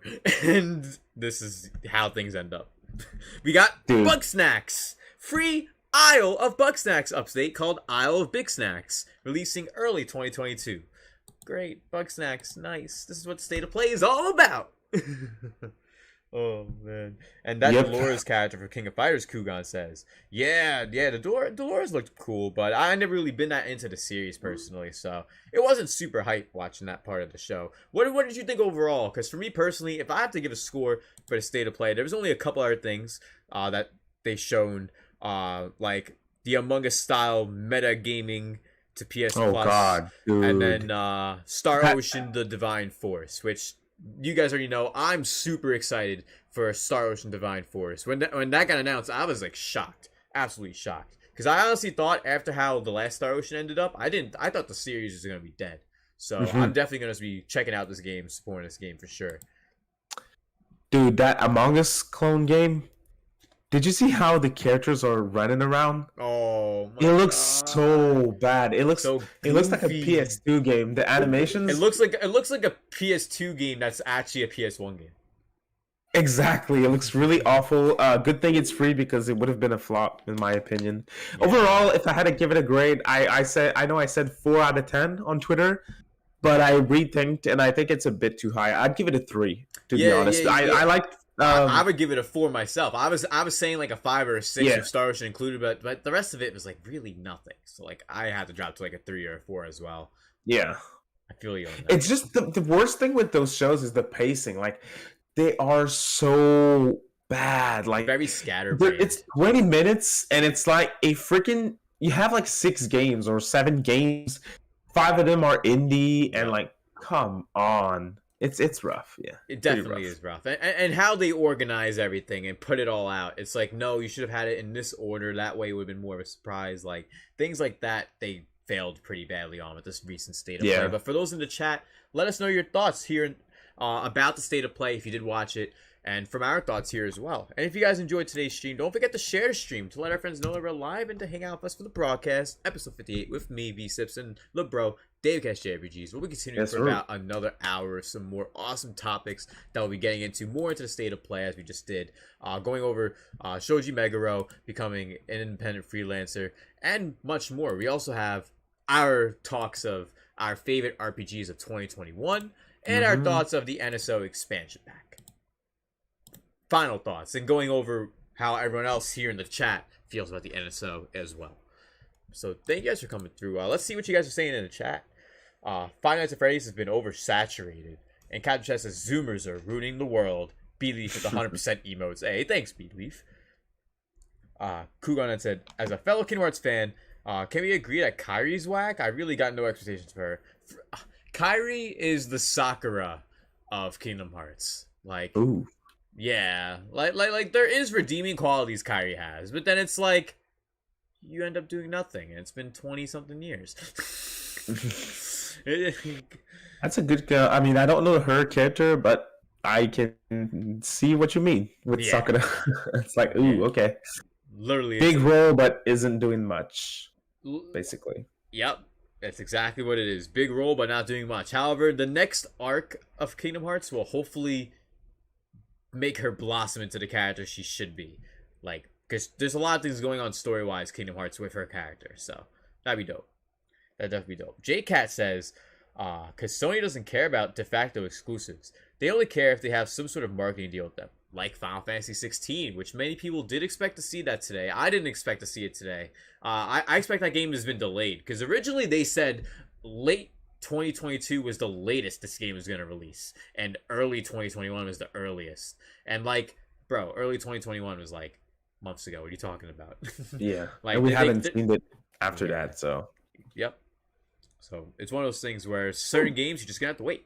Like, I thought it had a shot of being there tonight because I felt like if they were to do a state of play, they would have at least have one big third-party game. Of some sort. Personally, I considered that none of them were big. Like, they were all small announcements. Like, there was some cool ones, but even Star Ocean, that's a small announcement. That's a niche series. That was the Square Enix announcement, though. Exactly. I was expecting one big announcement. FF16 made sense, but I was not expecting it. I just thought it made sense. Yeah, but like it made sense. Yeah, they just didn't care. Right. Seems like they don't even need one big thing to do a state of play nowadays. Yeah, like they don't even need it. It's like, hey, we have a handful of things. Let's just show it, which heavily reminds me of the Nintendo partner showcases that they had, which I covered it in my recent hot takes video. For anyone who wants to check it out, I have a video series where I do hot takes. I covered it in that video. Man, that stuff annoys me, bro. It's annoying, man. I mean, the partner showcases, at least they were clear on what to expect. We knew what to expect with those things. The state of plays, sometimes they're hit and miss. Sometimes they're great, and sometimes they're ass. Yeah, that's a good point too. And at least one of the partner showcases did have SMT5. Yeah, like literally, aside from that one partner showcase, the one they did after that had Kingdom Hearts Melody and Memory. And it's like, yeah, these are great. I love these single announcements, but then it's like, why even have an entire showcase? Exactly. Makes no sense. Shocking says Star Ocean was the only thing I care about. Me too, for the most part, because I've already been playing Death's Door. Like, me too. And then Shocking also says, do you think all this could be covered in a Twitter drop? For Sony, it probably could have been done in like 3 or 4 tweets. Absolutely. Easily done. And yo, shout out to everyone who's here. 12 concurrent viewers. Thank you guys for coming through for the hype. Captain Chat says, I always forget King of Fighters. It's marketed horribly, and it's easily one of the best fighters of the SNES. Yeah, King of Fighters, like, it really, like you said, marketing. It's one of those things where, how is it at 15 entries and people haven't talked about it as much? Right. Yeah, I think it could go through a Guilty Gear type thing, though, where the series will have a chance of like a rebirth, rejuvenation. Because like Guilty Gear was always one of those series where it's the same scenario, been around for a long time, really high quality action fighting game, and no one started buying the games as much. And with Guilty Gear Strive, I've seen so many people, even people we know, like 164, he's been playing streaming that game. A lot of people have been playing streaming the game. I've seen everyone enjoying it, and even our Twitter feeds are full of memes about I saw Guilty Gear Strive. The one with the girl character. I always forget her name. I think it's the Jacko pose. I think that's what it was. Oh, something like that. Yeah. Not the Jack Frost pose though. I seen someone actually do an artwork of that, like Jack Frost doing the pose. Oh really? Yeah, that's why I mentioned it. Wow. I thought it was hilarious. And Beavis says, "Good point." Yeah, man, it's one of those things. But overall, if they want to do state of plays like this with small announcements, so be it. But you could just drop it on Twitter and it'd be fine. Like, it's not the end of the world if it was a state of play or not. I don't think Sony ponies, like, excuse my language for anyone who is, but come on, no one's going crazy like, we need the state of play right now. Where's GTA 6? Where's God of War Ragnarok? Like, they just people like that out there. They're nuts. I was thinking about this earlier. I think it was yesterday. I was like, it's crazy how with a state of play, when you're the day before the state of play, everyone forgot after the announcement that there's a state of play. And when there's a direct, the day before, everyone's talking about the direct. Like, it's it's the polar opposite. It's exactly. It's the complete opposite. So many people told me today, oh, right, that's the day. I completely forgot. With a direct, dude, everyone's talking about them. Everyone really literally crazy. Forgot it happened today, including myself, by the way. I found out yesterday. Because I knew that there was a state of play happening, but I was like, I just forgot. But everyone forgot. I think even Sony almost forgot until they're like, oh shit, wait, today's Monday. We have a state of play on Wednesday. Oh my god. JCat says, oh snap, you calling out Sony ponies now? Hey, well, anyone. You could be an Xbot, an Attendrome, whatever it is. It's just be nice to your fellow gamer. If they like something, let them like it. If they play a certain game, there's nothing wrong with it. Like, listen, I hate The Last of Us. Does that mean I hate people who play The Last of Us? No. Everyone has their own perspectives and their opinions on things, and there's nothing wrong with having friends that have different perspectives and opinions on things. You can be able to coexist with those differences. And we'll be going over a lot of coexistences with Nso Expansion Pack later. I wish everyone would think like this, because so many people are like, oh, that's my console, my publisher. Like, dude, they just want your money. They're not your friends. Literally, it's all they care about is taking money. That's all they want. Exactly. I wish more people thought like us too, man. But sadly, that's just not how it is. Shouts to Rising Oblivion. Welcome to the stream. Great to see you, bro. Hope you're doing good. Shouts to the homie Rising, man. Shoutouts. And Demico says, I'm surprised. I'm sort of liking SMT DX2. You really? You are? Devil's... It's good. It's cool. Cool little game. Yeah, man. I need to get more into that side of SMT, man. Like I've been mostly mainline and Strange Journey. I want to get into Soul Hackers. I want to get into so many other games. Soul Hackers is good. Yeah, because I've heard a good amount of things about Soul Hackers too. So that's like one of the series I was thinking about hopping in. And yeah, JCat, I know you were just poking fun, like joking. I'm joking around too. Like the thing is like I like to make jokes and stuff, but like there's nothing wrong with making sure everyone is aware that we all can play whatever games you want and joke around a little bit too. Like say, oh, look at these Sony ponies. Like there's nothing wrong with that. There's nothing wrong with that. We're not doing anything in a negative way to try and like ridicule someone whenever I say that, of course. But I want to make sure we clarify that too. But oh, damn it, Carl, I'm an Atari weeb. Atari weeb? Oh. Atari weeb. God. What Atari in 2021? That's interesting. You brought that up. Yeah. Didn't they have like a console that they were like remaking and re-releasing? I completely forgot about that. They released a PC earlier this year. It was like a mini console that you plug to your TV, but it's a PC. Like you can put emulators and stuff. There's like old Atari games in HD on it, but everyone was buying it for the emulation. Yeah, Atari but games it's like HD, but what's the difference? I mean, it's useless. It's basically just for the price. What reviewers were saying, because I watched a couple of videos on it, and it was like the specs are pretty good for what it is, but it's useless because it's something that you need to put on a TV. Right. So it's really strange. And I'm not sure if you can run Windows on it either. I'm not sure. Yeah, maybe in the modding community they probably were able to make it work, but it's probably not something that you can already do with the actual hardware itself. Shout outs to LaBeta. Welcome to the stream. New sub. Great to see you and talk to you. Says, I want to branch out of the main line too, but I just kind of stop and be like, I need SMT5. Facts. I feel the same way right now. That's why I haven't really done any branching out, because it's like I'm already playing a lot of games right now, and SMT5 is right around the corner. So yes, sir. Well, right around the corner, to the point where it's like not even 3 weeks. It's less than 3 weeks now. We're literally at that point now. It was originally 5 years almost since we were initially unveiled with SMT5 at the January Switch press conference, and now it's finally here. Pretty much. Just insane. Crazy stuff. And yep, it really is. Yeah, it's one of those things where we finally waited and we finally got it. Yep. Oh, man. Shouts to everyone who's here. Thank you all for coming through. I hope you guys been enjoying the stream. That was the Sony State of Play segment that we just went over. We just have a handful more segments to go through. The next one we're going to go into actually is going to be about Shogi Meguro becoming an independent freelancer going into indie games. So what do you think about that? I want to know your thoughts on that, David. Because for me personally, I think it's like a good for him situation. You know what I mean? Like he's been working at Atlas for a long time. He's put his dues in, and he's done an amazing job across all the games he's worked on. And seeing him have passion like at his age and wanting to do new things is something that I personally commend in people. I think people like in general like they do a lot of things in life just because they want to live, not because they want to live life. Like it's different, but it's good to see that he's doing something that he really wants to put his mind to, man.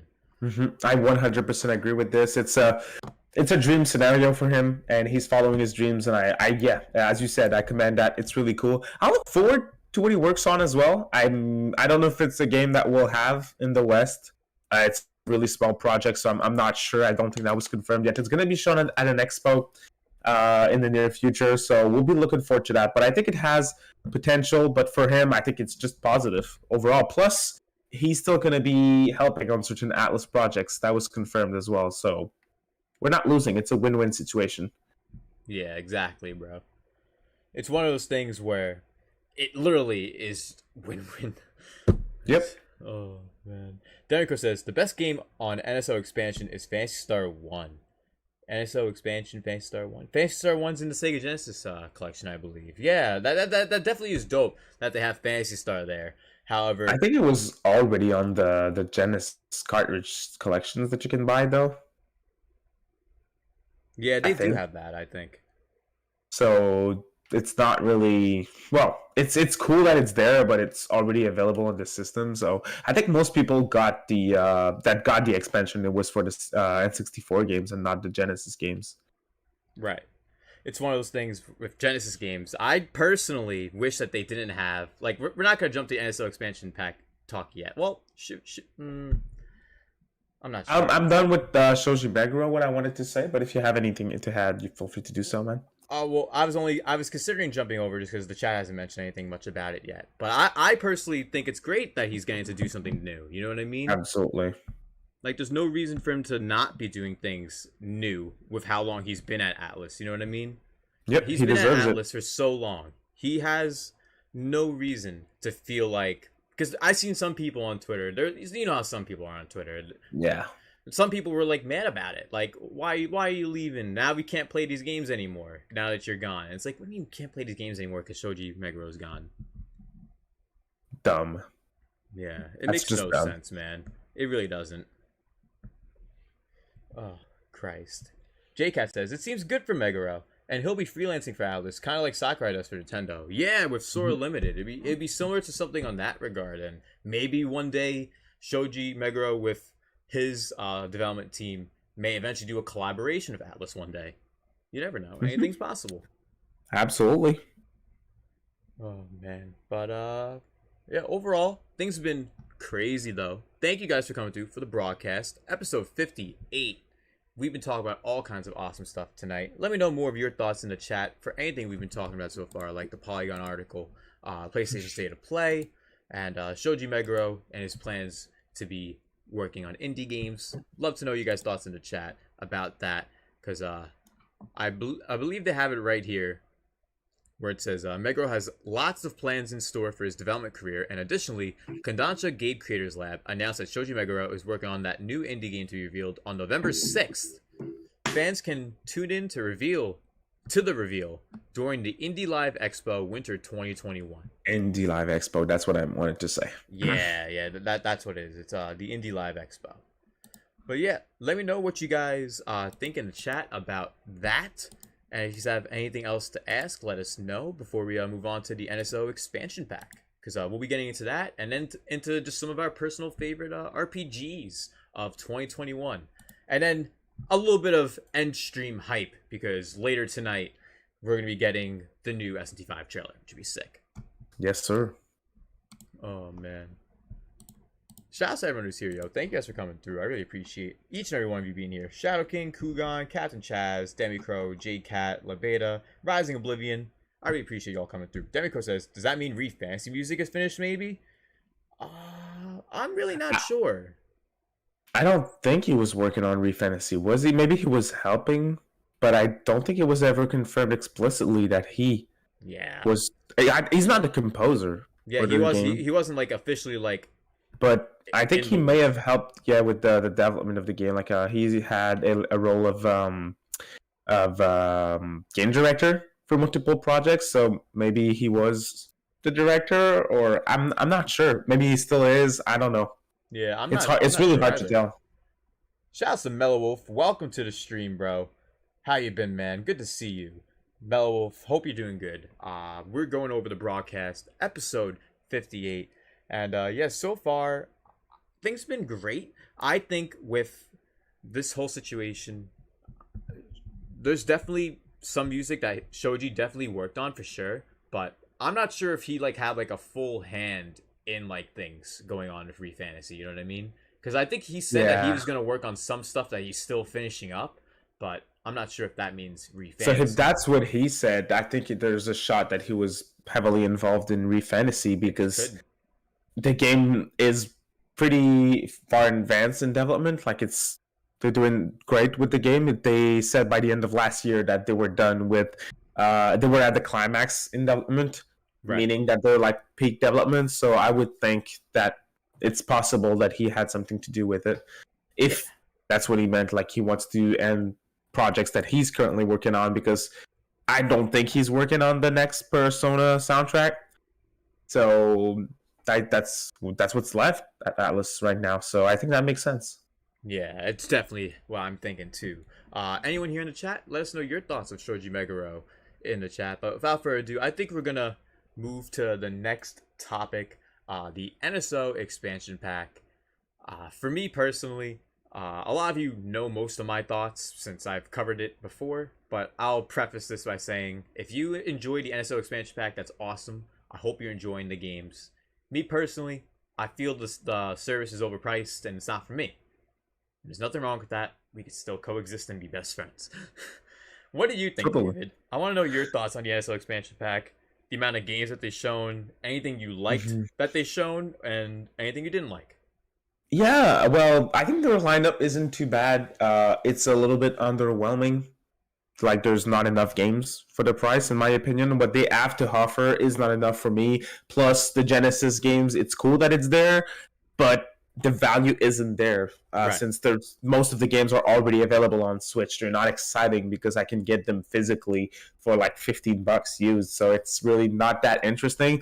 Plus, we've got some insiders say that I know it's Emily Rogers, I think, said that Emily, that they had to pay a really large amount of money to Sega for Genesis games. So I think that's a bit strange to me. If they paid a large amount for Dreamcast games, that'd be a different scenario, because most of the Dreamcast games are not available on Switch. You give us Skies of Arcadia, Sonic Adventure 2, Crazy Taxi. That would have been way more exciting. But Genesis, they're all there. So not too exciting to me. So it's underwhelming. $50 is way too much for me, in my opinion. Plus, I don't know if you watched a couple of previews for the expansion, but it seems like there's a lot of issues, very important input lag. I've seen clips of Ocarina of Time. I was like, oh my god, it looks really rough. So it's a hard skip for me. Yeah, it's definitely a skip for me too. It's one of those things where I still have my N64 and I still have a lot of my classic games I still play on it. Like, so for me, having it on the Switch would have been better if the service overall had better features as well as the quality of the emulation itself. I see many previews of the emulation and how there's many glitches like in game, and some people like to say, "Oh, that's not real. They're intentionally faking the emulation to look bad for clicks." And yeah, there's people out there that are like that in general for anything, not even just Nintendo, but just anything in general. There's people like that, like the Sonic Colors thing on every platform. People were making like that game caused seizures, and it's like, I don't know, like look, I seen the bro Call Rocco, who's dope. He streamed the game and he had no problems with Sonic Forces. Sonic Colors. I keep saying Sonic Forces. Sonic Forces is a walk-in problems. Yeah, it's literally Sonic, the game full of problems. Right, exactly. Oh man, but for me, I think the entire service could have been better marketed if they at least charged $35. If they charged $35, I feel like there would have been a lot less to no backlash. But they charged $50, and that's a huge hike from the original $20. That's 150% price increase. 150% price increase. That's crazy. One thing that I wanted to ask you on that subject, though, the Animal Crossing DLC, like I don't care for Animal Crossing, but it opens the door for some interesting things, though. I think if they drop more DLC on the expansion, that could get interesting. With all the additional games, if they fix the emulation and we get way more DLC, like the Age of Calamity DLC.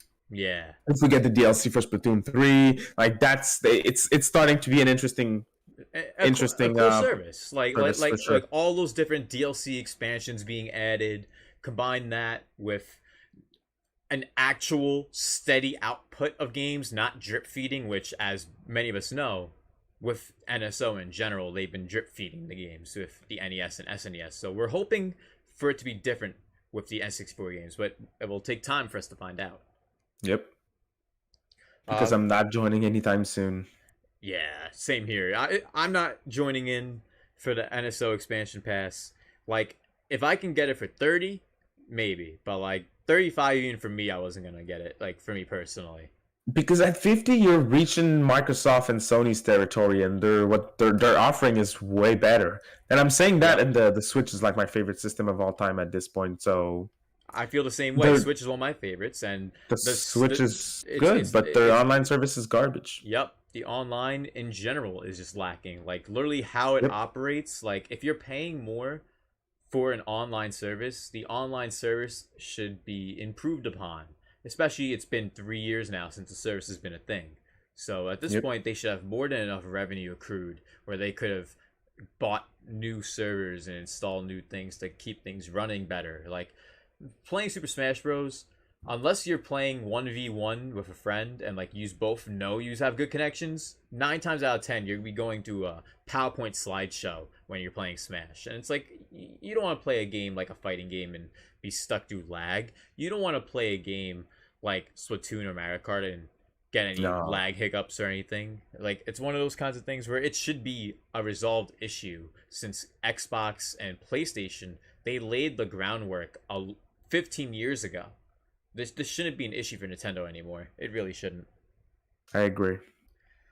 Rolling on the Floor Clause says, I'll be checking out the Indie Expo for sure in November. Yeah, the Expo should be pretty dope. I'm definitely thinking of checking it out myself, actually.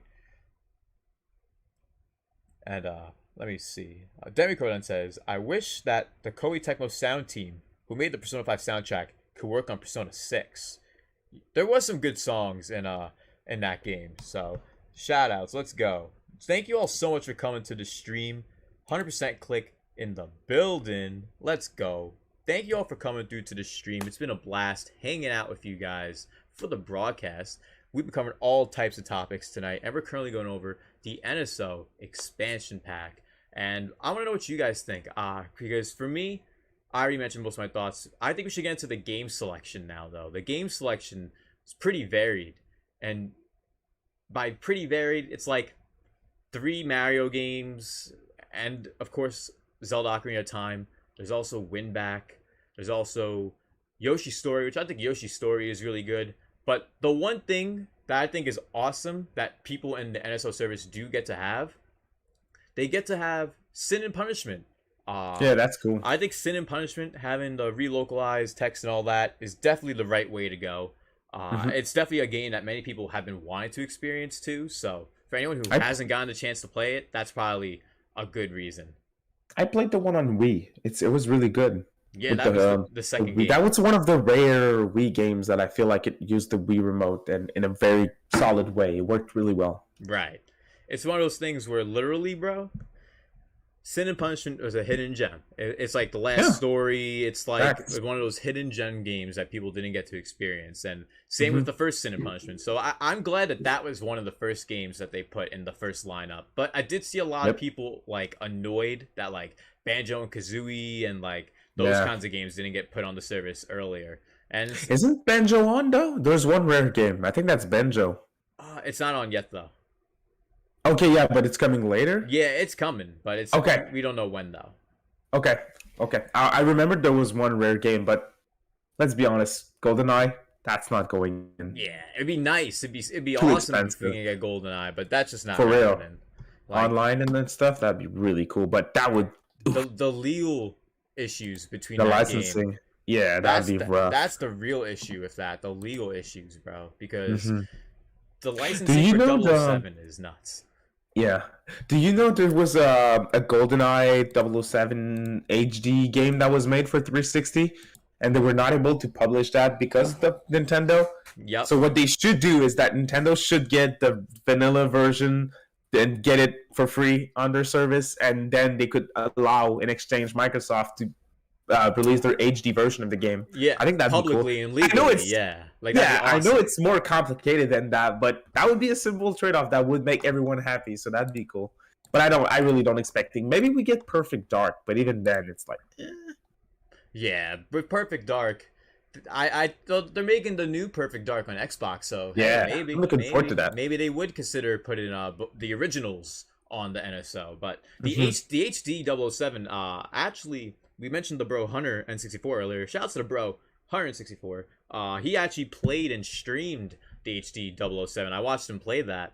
And, oh wow, really? Yeah, I need to play it, man. It looks so good. It looks cool. It literally looks like the game was meant to release around the same time as Call of Duty 4, like the way it looks graphically. Yep. So it's like it's so sick, man. And I played a lot of 007 back in the day. Yeah, I didn't, but I know how important the game is and stuff, and it would be a really big deal. Oh, everyone would lose their mind. Just like when the GTA trilogy was first announced the other day, and then they're like, oh yeah, by the way, it's $60 and you don't get it on the cart on Switch.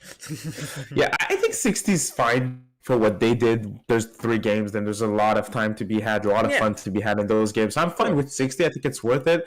But yeah, the download, that's always a bummer. Yeah, but I'd rather have that than no physical version, personally. Yeah, but that's how I felt like when I was like, why can't we just have it all on the cart? I agree. Especially since Nintendo's publishing it too. I don't know if you saw that. Yeah, Nintendo's publishing the Switch version of the GTA trilogy, and they didn't even bother using a 34 gigabytes card. It's rough. I don't understand why. Especially, it's gonna do really well sales wise. People are gonna buy it. People are gonna buy it. Yeah, I'm waiting for the physical version, and it's not a day one buy. I just have way too much to play right now, so I'm gonna buy it later though. That's for sure. Yeah, if I were to get it, it probably wouldn't be on Switch personally now. I'm not sure if I were because to get of the download. Yeah, like if anything, I would try and find a way to get them individually. Like I'm hoping that they do them individually then. Yeah, just that'd be like cool. At least digitally, because then I would just do Vice City digital, just that. And okay. Because like I really wanted to have all of the games. I want to replay card, San Andreas. San Andreas is great. Don't get me wrong. I love San Andreas, but I was always a Vice City guy. Like Vice City, super underrated out of those 3. Like that and 3 and San Andreas. They're all good. They're all good. The first GTA game that I played is 3. My favorite is San Andreas, and Vice City I didn't even play, man. I just played Vice City Stories. on the PSP, but the real Vice City, never played it. Yeah, So the I'm real looking Vice forward City to is playing it. really good. Vice City Stories That's is what good I on heard. PSP though, but the Vice City original Vice City, classic. Definitely. That's worth what I checking heard. out. Yeah, I'm looking forward to it. Should be fun. Yeah, same here. JCat says, don't forget, it's pro-rated, so it will be minus whatever you already have left on your NSO account, not the full 50. Yeah, that's true too. You do get a pro-rated price. However, for me, my price is $48.54, so it's still $50 for me. So it's not much of a discount. I'm not one of those lucky people who paid for NSO last week and gets a $10 discount, unfortunately, because like JCat mentioned, it's like prorated. So if you already have a membership, you can get a price off for your new membership for the expansion pack. So you can get a discount. So it's not exactly 50 for doing it. You can have a discount depending on how long your current membership has lasted. So if you just started a membership, then it would actually be cheaper. If you've been a member for longer, and if you just started a new membership, like mine is re-upping this November, so mine was only $48.50 something cents. So it was pretty much like $1 off because it was like a month from now. You know what I mean? So, Captain Chad says Nintendo should have gave us the Virtual Console back, but put the games on rotation for when subbed. Also, let us keep one game permanently for each month for your sub. That's a cool concept, honestly, Captain Chaz. I like the idea, but in execution, I'm not sure how Nintendo will be able to pull that off. Especially if they're removing games for the service, but people who are in the service can keep some somehow. Not sure how that would work if they're pulling some too. And Shasta Aracon says membership expansion is still not really worth it. Apparently the emulation's ass. Yeah, we were just talking about that. How some of the emulation for some games is definitely not up to snuff. It's just not. But thank you for coming through, Aracon. I really appreciate you coming through. The NSO Expansion Pack definitely has to be improved overall. I think it's one of those things where you really, really need to be weary about it. You need to make sure you know that you want the service and that you're okay with spending what you're spending for what is being offered. It's one of those situations where everyone has their own values, everyone has their own idea of what things are worth, of course. So it's all about understanding that for one another too, because even though we may not feel it's worth 50, we may not feel it's worth it, others may do, and there's nothing wrong. Absolutely, there's nothing wrong with that. But we do have another topic to go down. Another two topics. The last two topics are some of our favorite RPGs of 2021.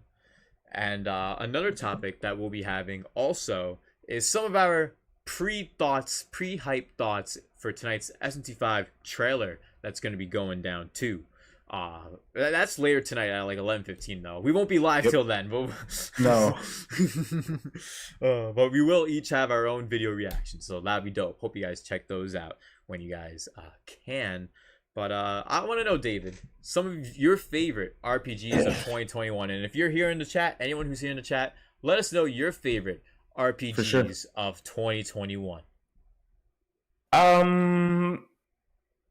Okay. I'm going to cheat first. Is the game not from this year? Finished Like a Dragon in 2021. So quick shoutouts to Yakuza Like a Dragon. This year, though, Caligula Effect 2 was a nice surprise. The first game had a lot of potential, but it was flawed in a lot of ways. The game is still worth playing, in my opinion. But yeah, there's important issues, and the sequel made everything just better in every single aspect. So that's a really cool surprise. But my surprise of the year has to be Tales of Arise. Like, I've never really spent a lot of time and never really gave a complete chance to the Tales of series. But Tales of Arise was looking so good, and I needed a PlayStation 5 game to justify my purchase. So I bought Tales of Arise, and it's freaking good. Like, it justified the PS5 purchase too.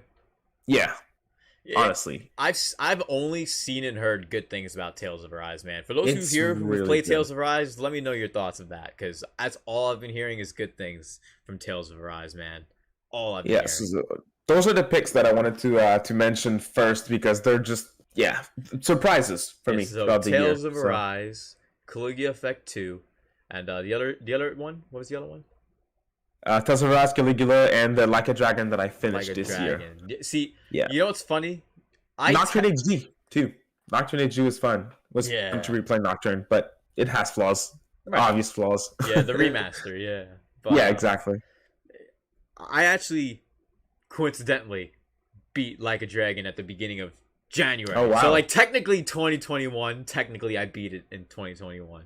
So yeah, I guess you could say I'm doing the same thing as you are. Like a Dragon. Like a Dragon, honestly, like for anyone who's played original Yakuza games, I can understand if you may feel turned off by the gameplay change, but I recommend, yeah, don't be. Just try it, play it, experience it.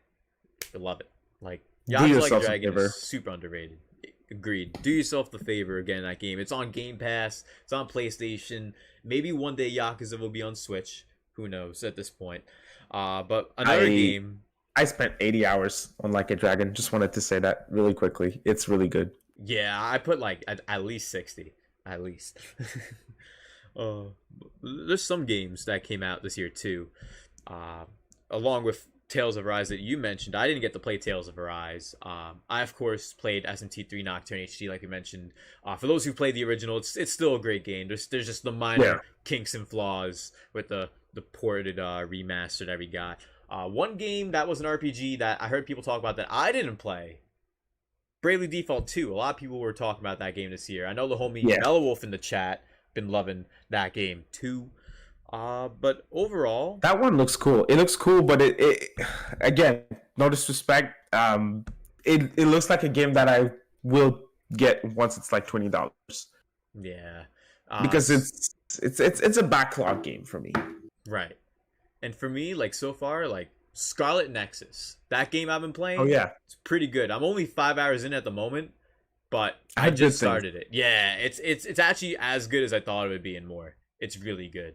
Like how you probably felt the first 5 hours of playing Tales, and you're like, "Oh, this is actually really, really different, really cool." Like that's how I'm feeling with Scarlet Nexus right now. So I do want to say that's one of them, but like I can't say that wholeheartedly because I only played 5 hours so far. So it's like I can't say that. I'd have to say Yakuza Like a Dragon, SMT Nocturne, for sure. Those two are up there as some of my favorite RPGs of 2021. So far. For those who are here in the chat, let me know some of your thoughts, and maybe I can even remember some more that I may just be having a brain fart for, because there's definitely more that came out this year. I didn't get to play Caligula Effect 2. I still have to play the first one, so I gotta do the first one first, if you know what I mean. Mateo Andrade says Ni no Kuni 2 on Switch for me, amazing game.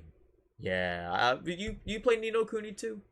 No, because I played the first one and I didn't like it. I know it's a game that a lot of people like, but the combat system was just not for me. I couldn't get into it. I gave it a real good shot because I liked the music. I kind of liked the story, but I really liked the visuals as well. So I gave it a solid shot, and after 5 hours, I was like, oh god, no, it's not for me. Oh yeah, it's one of those things where I tried it too, and I like the art style, the Studio Ghibli art style, great. But gameplay and story, I personally wasn't hooked. But that's just me. Mm-hmm. I know a lot of people who've been enjoying Ni no Kuni. And Ni no Kuni 2 had a lot of issues getting released on Switch originally, too. So it's good to see that you've been playing the Switch version and enjoying that version of the game. Ericon says, I finished Skyrim this year, 10 years later. Oh, wow. Nice. Yeah, definitely. That's cool, though. Hey, dude, no disrespect, because I completed Skyrim for the first time when it released on Switch in 2017, so... I played it before, but I completed it in 2017. Right.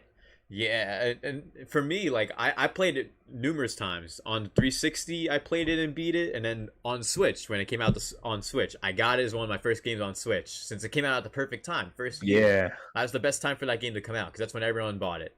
And I literally beat it on Switch, too. It's one of those games where you can always go back and have a different experience, which I think games that allow you to do that have so much more replayability than even necessary.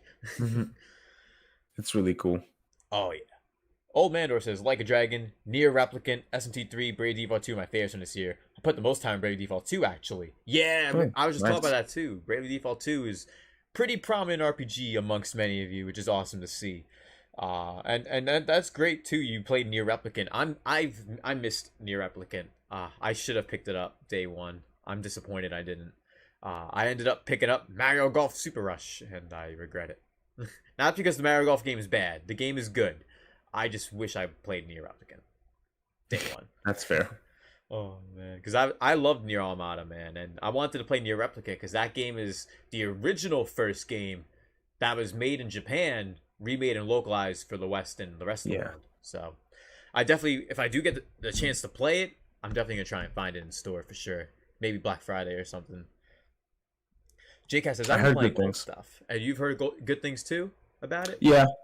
Nier Automata, it's one of my most controversial opinion, but I don't like it. I just don't. Oh, really? Yeah. So I thought that not liking Kingdom Hearts was the most controversial. I think not liking Nier Automata maybe even more controversial, honestly. When I say that I don't like Nier Automata, I'm getting more like reactions than when I'm saying that I don't like Kingdom Hearts, because I feel like Kingdom Hearts, while there's more people that like the series, there's also more people that don't like it. Right. So, yeah. Oh, man. Aracon says, I have many good games to finish. Same. I don't have a backlog anymore. I call it a video game library at this point. And yo, shouts to everyone who's here. If you guys are enjoying the stream, 1 like away from 25 like hype. You guys are showing that stream hype tonight, and that means a lot, yo. 100% click coming through. Thank you all so much. Nino Kuni 2 has different gameplay, more like the Tale series, not a direct sequel to the first one. Oh yeah, well that's good. The gameplay is different for sure. And then, let's see what else you guys said. B-Leaf says in the chat, yeah, I agree to Bravely Default 2 I played for a bunch of weeks when it came out, but it's been collecting dust since June. The story's decent, but the different class options are pretty dope. I agree Bravely Default 2 isn't worth full price. Good cop at $20-$30 in my opinion. Yeah, if Bravely Default 2 for $30, that's worth it at $30. Like if I went to the store and seen Bravely Default 2 on the shelf for $30, it's totally worth it for that price. What do you guys think? Let us know some of your favorite games, your favorite RPGs of 2021 here in the chat. Let's go. Thank you guys for your continued support on the stream. It's been a blast today, so I appreciate all of you guys coming through for the broadcast, episode 58. We'll be continuing our show for less than 20 minutes, so I hope you guys have been enjoying everything we've been talking about tonight, from the Polygon SMT5 preview to Shoji Meguro becoming an indie developer. Going into indie games is what I meant to say. Going into indie games, indie game development, and much more. We talked about the Nso expansion, and thank you all seriously for coming to the stream. It's been a blast. I hope you've been having a great time as well, David. I've been having a great time discussing all this. Yeah, absolutely, man. Because everyone in the chat's been having a good time. This is awesome. Cutslanova, shout out to Cutslanova, says Nier is great. Play it, David. That's what I said. It triggers more reactions. I'm sure it's good. And I can see it's just like Kingdom Hearts. I can see that it's quality, and I can see why people like it. It's just not for me. Exactly, and there's nothing wrong with something not being for you. There's nothing wrong with that. But Cuts coming through. I just realized. I think that's a Xenoblade profile pic, if I recall. Cuts. So you got the crest, the Mithra Numa Pirate crest. Dope. Demiko says, does Persona 5 Strikers count? That's not really an RPG. Good game though. It's good. You know what? Not an RPG really. There's some elements to it that have like like there's games that are action adventure games with RPG elements. You know what I mean? Like I think that's what it is more than anything. Like maybe like an action game with RPG elements. What do you think? Yeah, I would have to agree. An action game with RPG elements in it. It's not like an action RPG is a Tales of Arise. You know what I mean? That's different. Yeah, the in my Aegis Core opinion. Crystal. Yeah, Cuts. That's what it's called. Yeah, and sorry, I didn't mean to cut you off. My bad, David. Oh, no problem, man. All good. The game's really good in my opinion. For those who want to know my thoughts of Nier Automata, I like Nier Automata. It's actually what got me into the Nier series, and I like it because it has good difficulty settings. I love the way it utilizes each difficulty setting. Like if you want to have a nice playthrough, you could. If you wanted a merciless, destructive, masochistic playthrough where you're gonna just die in one hit, you could do that too. Like there's a lot of things you can do, and I like games to have that ability. Like just like SMT5, for sure. The safety mode for Polygon writers that need their handheld, and then there's the harder difficulties for us. Yeah, it needs I think difficulty options are important. That's just my take on it. Like, people that are we obviously we see it with SMT pretty often because it's a series that has a reputation of being hard. The Dark Souls of Persona 5. We're probably going to hear that in the next few weeks.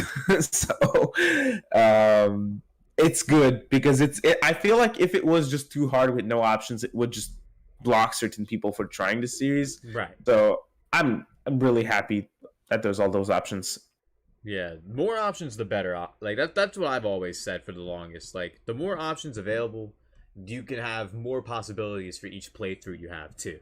So yep, absolutely. Shoutouts. Demicro says, wasn't Xenoblade Definitive Edition released in 2021? No, that was 2020.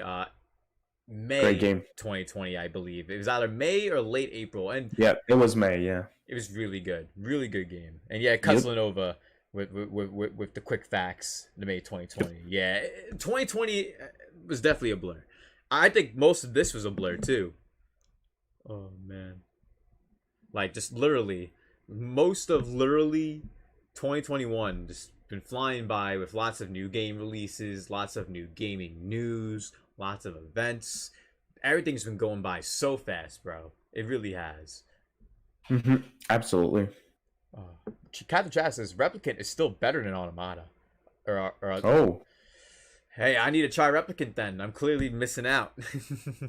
If that's the case. Oh man. That's high praise because Automata's getting a lot of praise. Yeah, Automata gets praised the same way Persona 5 Royal does in my eyes. Like, it's one of those games where it's always gonna have like a lot of praise. Like to my knowledge, the Nier community like doesn't go like batshit crazy in any shape or form. To my knowledge, I'm not sure on that though. But I do like Nier Automata though. I do like that. I need to check out Replicant. I'm missing out. That's FOMO, fear of missing out. Can't fall to the FOMO unless you really want to do it. Oh man, SMT5 is my RPG of the year. That's gonna be me once November 12th arrives. It's gonna be my favorite RPG once that day comes too. Because like literally, we've been waiting so long for this, and it's right here, man, right here. Yep. And our friend Katana Riku even got to play 50 hours worth already, which is awesome. It's so awesome. It really is. Like, yep. So much potential here with SMT5 because I think this could be not just RPG Game of the Year, but there's potential for outlets to give this game Game of the Year. Not all outlets, of course. Not most of the Western ones, but like. Oh yeah, no. The Western ones, we all know they're putting Guardians of the Galaxy as Far Cry. And Far Cry 6. Yep, exactly. And that's scary seeing a Far Cry game being hosted as one of the best games like of the year. It's like no, this year has been really good for that to not like no. This year's had a ton of games across all genres that have been kicking ass. Metroid Dread, fire. Metroid Dread was such a good game. Did you play Metroid Dread at all? Nah, I have not. I'm not the biggest Metroidvania fan, and I have a preference for Castlevania in the genre. So well Castlevania it looks it looks really good though, but I need to play previous entries before, so I think I'll play it at some point. Yeah, I do agree with that too. Playing the earlier entries before is definitely that's what I was told. Do. Yeah. It's one of those games like as a series where like Dread, this isn't a spoiler. It's like, you know how you play Dragon Quest and like every time you play the game, like you start off and like it tells you what happened last. It's kind of like that with the intro to the game. It like gives you like a recap of the past mainline entries in the Metroid series. So for those who may have been playing a long time ago, or for anyone who's new, you can easily get caught up. Whether just going right into Dread, or whether if you do decide to play the earlier entries, Zero Mission is probably the best way to start. Zero Mission is definitely the best way because it's the first in the timeline, and it's also a remake of the NES Metroid. So you might as well play Zero Mission then, not the original Metroid on the NES. Like, you're not going to boot up the NES online service, right? Nah. Plus, that's one of the games that I gave a chance previously, Really? and I didn't like the NES game, so I'm going to probably try Zero Mission at some point. If they want to re-release it, that I'd cop that for sure.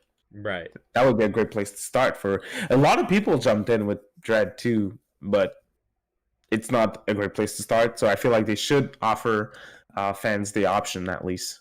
They have to offer fans like more options like that. In my opinion, they should. Oh, JCat has a fantastic point too. She says this is going to be like 2019 all over again when FE3 Houses got snubbed at the Game Awards. If Fire Emblem by Nintendo was snubbed, SMT by a Japanese publisher, well, a smaller one at that, because Nintendo's Japanese as well, but you know what I mean? If Fire Emblem was snubbed, yes, SMT will 100% get snubbed too. Agreed. And it sucks because the Game Awards, like, listen, like, there's so many other Game Awards like that outlets do. I want to make sure everyone watching knows that just because the Game Awards are like more popular mainstream does not mean it's the end-all be-all Game Awards show that this game of the year is the game of the year everyone should feel the same for. It's just not how it is. It's not. To be honest though, the Achilles Awards, they're like, I don't really pay attention to the actual awards that they give because I know our friend OJ, he explained how they distribute awards and it's garbage to me, so it's I just so watch it for the show. I think the show's great. It's fun to watch, and props to Killy for that. It's always great. It's a fun time at every single year. Just to at least get us together, it's great. Like, I agree with that. Just don't pay attention to the actual awards. That's my advice, because the show in general is really interesting. Right. But you can tell which game's going to win for most of the categories most of the time. Yeah, most of the time you could tell. Like, I still think it's incredible that Jump Force won, didn't it? Oh God! For fighting game. No. It was nominated, but it didn't win. Yeah. Oh, I remember what won. The Mortal Kombat game that released a whole year ago and was in the running a whole year ago won last year. Yep. How does that work? A game from 2 years ago wins this year. They did the same with Destiny for online games, and it's like, no. You have a category for that already. You have ongoing game. Just give it ongoing game. Yeah, it doesn't need to be an online and ongoing. Like, no, we're good. Brendan says Metroid Dread's my game of the year so far. I think it's a good starting point. If it was my second Metroid game. Yeah, for me, Metroid Dread. I've been playing Metroid since the beginning, but like, I do think Dread is a series where if you do hop in with Dread, if you play to the end, it's going to be a different story. But like, I feel you gotta really play from Zero Mission onward. To me, that's how I feel. But you can really play it anyway. Oh, shouts to the one and only Vish. What's good? Welcome to the stream. What's up, Vish? How you doing, man? We're just talking about a bunch of different topics right now for the broadcast. We already went over the SMT5 preview. We went over Shoji Meguro and a lot of other stuff. But there's one thing that we do have to go over that we haven't went over yet. A little pre-hype for tonight's SMT5 trailer drop, man. What do you think they're going to show tonight, man? Because personally, I'm not sure. I think we're getting to the point that the trailers are going to have a lot more meaty story reveal type content. So I'm kind of skeptical of watching tonight. I don't want to get anyone's expectations up, but I have a good feeling about tonight's trailer. I think we're going to get something better that we expect, because I think we know it's the final preview trailer, but I expect a launch trailer as well. Ooh. So I don't think it's going to be just a wrap-up trailer of everything that we've already seen. I think we can expect something new and something, as you mentioned, pretty consistent and pretty important in a way. So something big. I feel like why else would they do it? You know what I mean? They already said at the SMT 5 news segment 4 that they were done. You know what I mean? So I thought we were done. Yep. So I think it's going to be great, but I don't know what to expect though. That's a good question. Yeah. Demichrome. Do you know? Me? No, I don't. Me? Me? Oh, me? No. Demichrome says Metroid I feel could get game of the year, but Far Cry is probably going to win. Yeah. That'd be nice. Could get it. Metroid will be nominated though. It will. I hope it's nominated, but I'm not putting all my chips on that bet personally. Oh, no. I wouldn't either, but I think it's going to be nominated. People would riot if Dread wasn't in Game of the Year nomination, in my opinion. I think people would actually go crazy. Cuts Lenova says, forget the Game Awards if SMT5 makes me feel like Fire and Three Houses were good. Yeah, like if the game's a good game, that's all that matters. Like, who cares what the Game Awards says at the end of the day? That's facts. Fish says, I think we will get more story info, like maybe different bosses or something. Yeah, we're probably going to get some more like mid-game bosses showcased, if anything. Hopefully we don't get anything shown of that area that Atlas talked about in the press release. For anyone who's reviewing the game, there's like a certain area where you can't cover most of the content of that area. Hopefully they don't show any of that in the trailers. Hopefully. But we won't really know. Well, some of our friends that we know of who are playing the game may know now, obviously. Especially Katana, 50 hours in. He probably knows. So, who knows? Who knows, man? Shoutouts. Ninja Gamer says, I think Dread is the kind of game that has a better shot than Fire Emblem Three Houses. I hope. Like, the problem is, I'm not so sure because people were saying it's not worth $60, like, the whole lead up. So, we'll see. We'll see if they think it's worth being Game of the Year, even. This says, if Game Awards really showed the best games of the year, the Game Awards 2020 wouldn't have even happened. Facts. That's not a bad point. Oh, man. There was Xenoblade Chronicles Definitive Edition. There was P5R. Yep. FF7 Remake. No, last year was pretty good for me. Yeah. Like, it wasn't bad, like, on the nomination side, but on the winning side, there really wasn't. Oh, there was Like a Dragon too? No, last year was a good year for me. It was. Well, yeah, we got Yakuza Like a Dragon, but, like, I'm trying to think, like, off the top of my head, I can't think of anything. Like, soundtrack, I know something got snubbed, probably, for soundtrack. Unless we actually did get something good.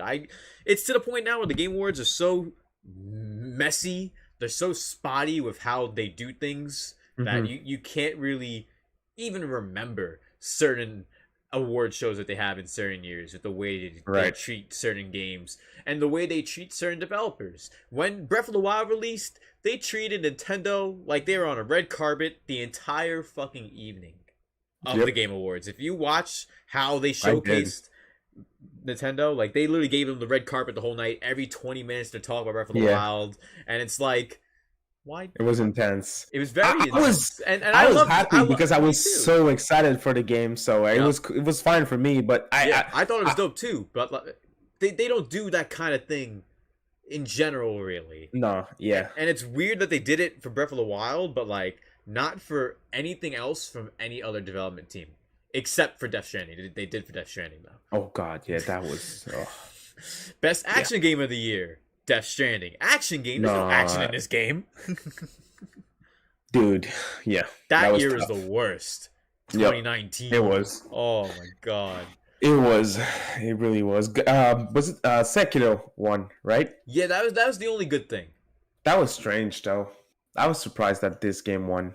That it won? Like, yeah, I was surprised that it won too, but I was like, hey, at least it's Sekiro, not Death Stranding. That was my logic. Right. Oh yeah, for sure. Yeah, because Death Stranding, come on. Yeah, man. And I said it as a joke, but I think it's actually going to happen now. Death Stranding Director's Cut is going to be in the It's going to get nominated. It will. Keighley will find a way to put Kojima's game ongoing somewhere. Game of the Year. There it is. Probably. God. Oh, I can already see it. I can feel it. Me too. Me too. I feel it just as much as you do, bro. Shouts to H2DK YouTubes. Hope you've been enjoying the stream. Says, one day I'll play Dread. It'll be a whole while before I can fit it in, though. Yeah, man. Yeah, same here. Even I myself, like, I'm trying so hard to finish the game, but like I'm having a hard time finish any games nowadays, just because I've been so busy with like not just creating content, but there's so many games at such a fast output that I can't keep up.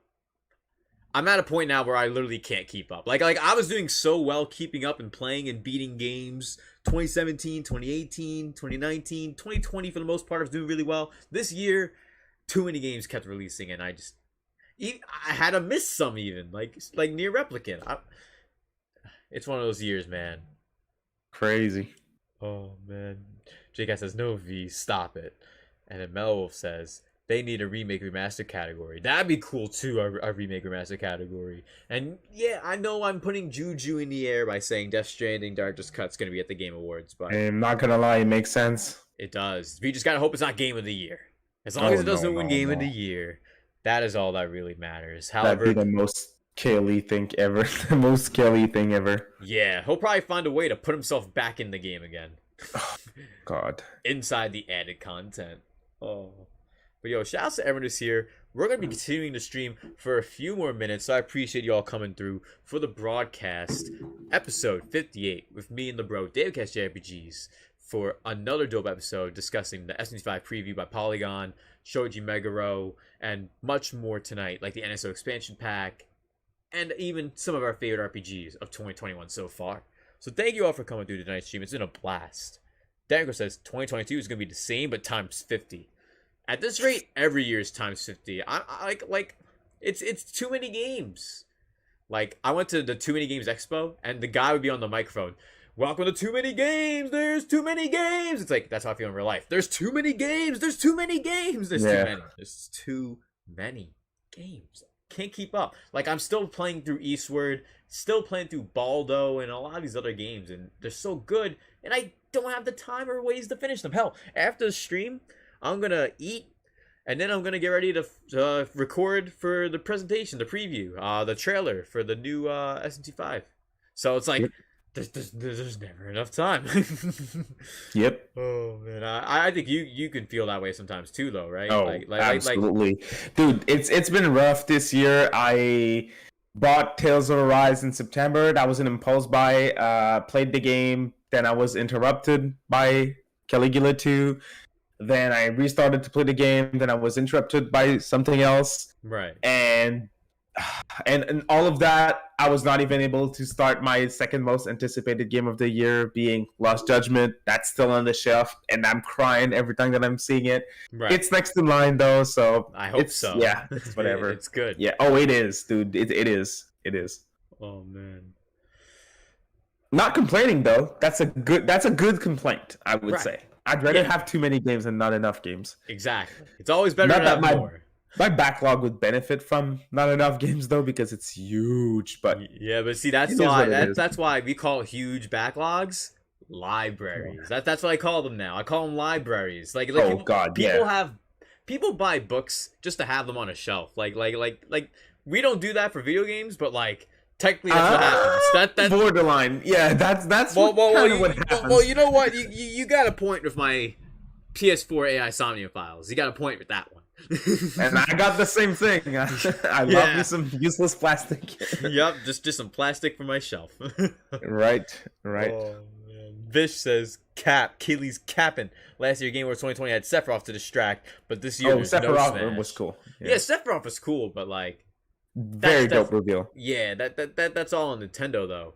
If they didn't show Sephiroth there is nothing. Do you think they're gonna have something this year? Well, not for Smash. No, not for Smash, but anything Nintendo? I don't know. Best thing that could happen this year would be the Wolf Among Us 2 for me. For me, like, the best thing that I would want to see is Breath of the Wild 2 gameplay teaser. Like, a sit-down. Because they've done that in the past with Game Awards and Breath of the Wild. I don't remember if it was 2015 or 2016, but they did, like, a sit-down with Miyamoto, and they played Breath of the Wild, like, in front of everyone. Of course, they played it on Wii U. They played it on Wii U, of course. They didn't show the Switch back then. No, that's like 2014. That's really old. Well, it happened 2 years in a row, but that's really old. Yeah. See, the problem is time flies. It's to the point where it feels like it was just 5 years ago. It's like, nope, that's like 7. Yeah, exactly. Agreed. Yeah. Oh, yeah, Bish, Breath of the Wild 2. That's what I'm hoping, man. I'm hoping for Breath of the Wild 2, man. That'd be freaking dope. I think that's I want to say it's a stretch, but it could happen. There's history there. I don't know. It depends on when it releases next year, I guess. If it's like a spring release or a summer release, yeah. But if it's a holiday, I don't know. Yeah. Maybe. We'll see. More Bayo 3, maybe. Bayo 3. Maybe more Bayonetta 3. That could be a possibility. They did showcase Bayonetta a while ago at the Game Awards, so when they showed Bravely Default 2 at one point. Yeah. So maybe we see Triangle Strategy. I would love to see more Triangle Strategy. Triangle Strategy is super underrated. Like from everything I've seen so far, it looks incredible. I don't need to see more. I watched. I didn't even watch the trailer. I watched your video, but that's because you made a video. Because if you didn't, I wouldn't even watch the trailer. I'm like, I'm good. You're That's a sold, day one right? for me, anyways. I don't need to watch anything else. Yeah, like I'm sold on it too. Like even even with SMT5, I'm gonna watch the trailer tonight, and I've been sold. I've been that's sold. different Like, I've because been I'm. sold. That's different because I'm a simp. Like that's like my most anticipated game for it's been for years. Yeah. So that's a little different. But like Advance Wars, that's another game that it's a day one. Anyways, I don't need to see anything. Well, it's the same thing for. Yeah. Oh, you know what? Advance Wars that got delayed. Oh, big delay too. It's spring 2022 now. Yeah, they don't have an actual date though, right? Because I don't want it to get in the No, way they of don't. Triangle Strategy, man. Two tactical RPGs Possible. right next to each other is not what I want from Nintendo. Yeah, You it's can't possible. you can't have two back to back. I think they gotta delay it another year now. Oh boy. At this point, to be honest, like I think can't it's too late though. I agree. It's a little too late. I wish it was like that's gonna be strange to say, but in February, there's a lot of games coming out in February, but nothing for me. Yeah. So that would be a great pick. But I think Atlas is gonna have something in February. So Right, and it's crazy because March 4th is gonna be Triangle Strategy, and if it comes out in the spring, that's March, April, May. Like it's only a couple months. Like I haven't even finished Skyward Sword on Switch. Like I finished Skyward Sword back when I played it on the Wii, but like the Switch version, I'm like more than halfway through, and I don't even have that done. And that game came out back in July. Like too many games, hard to keep up. What do you guys think in the chat about everything from tonight's episode of Broadcast? For the next 5 minutes, we'll be reading off some of your comments in the chat to wrap up, and also do some end stream shoutouts and end stream all that shenanigans stuff that we're wrapping up. But yo, David, thank you so much, bro, for coming on for another awesome episode of the Broadcast, man. Talking about all these different topics, like the NSO, which I know you wanted to talk about a bit about that. Talk about some of our favorite RPGs of the year, as well as, of course, SMT5 and all that awesome stuff that we always talk about all the time, bro. Like, thanks for having me on, man. And thank you for being here. I think this was your second time on too, so it's been a blast. Thank you. It was fun, yeah. It's a lot of fun. And shout out to everyone who's here tonight.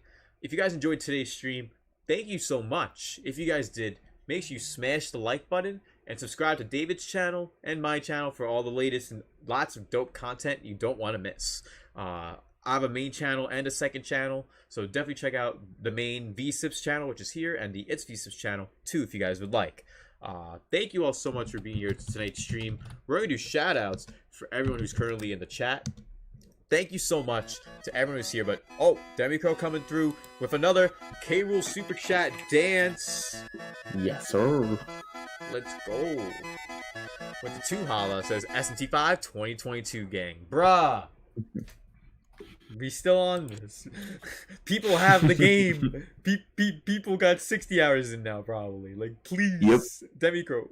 that meme. That's dedication, though. That's dedication. Yo, speaking of, King Narakami was in here earlier. I saw, David, when you reposted on Twitter that old ass, funny ass song that Narakami made. Yes, sir. Oh. Sure did. It was great. It deserved to be retweeted. It needed it, especially since the game's like right around the corner. Perfect timing. Oh. Yes, sir. Yo, celebrate. Definitely, man. SMT5 2021, yo. Shout outs to everyone who's here. Tonight for the broadcast, we're actually just be wrapping up. There's no gameplay for tonight's broadcast episode, and probably for the foreseeable future, I'm thinking of keeping gameplay for gameplay streams from now on. But we'll be going over that in a personal update video or update stream where I'll go over all that kind of stuff. But the broadcast going forward, it's gonna always be just the hangout discussion, going over topics and news. And if I do want to do gameplay stream, I'll keep it separate from here on. That's my new thing I'm going to be doing going forward. Thank you so much to Demicro, to Vish, to JCat, to Brendan, to H2DK, Shadow King, Mellow Wolf. Thank you all so much for coming to the stream and having a good time with me and David. Shouts to Aracon, Captain Chaz, Nindy Gamer, Kutzla Nova. Thank you all so much, as well as Manendorf, Rising Oblivion, B-Leaf, Jugs McGee, King Narakami, Katana Riku, Kugan, the Midnight Channel Kuro, and everyone who's been watching and lurking. Thank you so much, Ryan. Thank you so much, Strader. yo, you guys all been coming through tonight, and it's been a lot of fun. Kuma Torres, the whole entire 100% click, the entire DavidCast JRPG fam in the building for the broadcast, episode 58. I'll have another episode of the broadcast coming up sometime later this week or next week, so hope you guys are excited for that. For my main content, should have the video tonight, midnight, reaction to the SMT5 new trailer. The bro David will have one as well as his channel, so make sure you subscribe to him and check him out too. And yeah, David, you want to let everyone know where they can find you at? Absolutely. Thank you all so much for watching. That was great. And thank you to you, VC, for having me on. It was great. Thank you. You can find me on Twitter at DavidCast6917 and on YouTube at DavidCast JRPGs. Thanks for having me on, man. Anytime. It's been a blast, and yo, I'm excited for this SMT5 trailer, man. Like I know you I know you're already deep in yourself. You're already waist deep in, but I'm excited, man. I'm excited. Oh, absolutely. Yeah. Thank you all for being here, and thank you all so much for watching. I hope to see you guys again real soon. Always new content on the channel here, live streams and videos like the hot takes, gameplay live streams, and the broadcast live stream exclusive YouTube podcast series, which I hope you guys enjoyed tonight's episode. Thank you all so much for watching, and I will see you all next time. Peace. Bye. SMT5 2021, not 2022. Yes, sir. Hell yeah. Oh my god, man. It's crazy. That was great.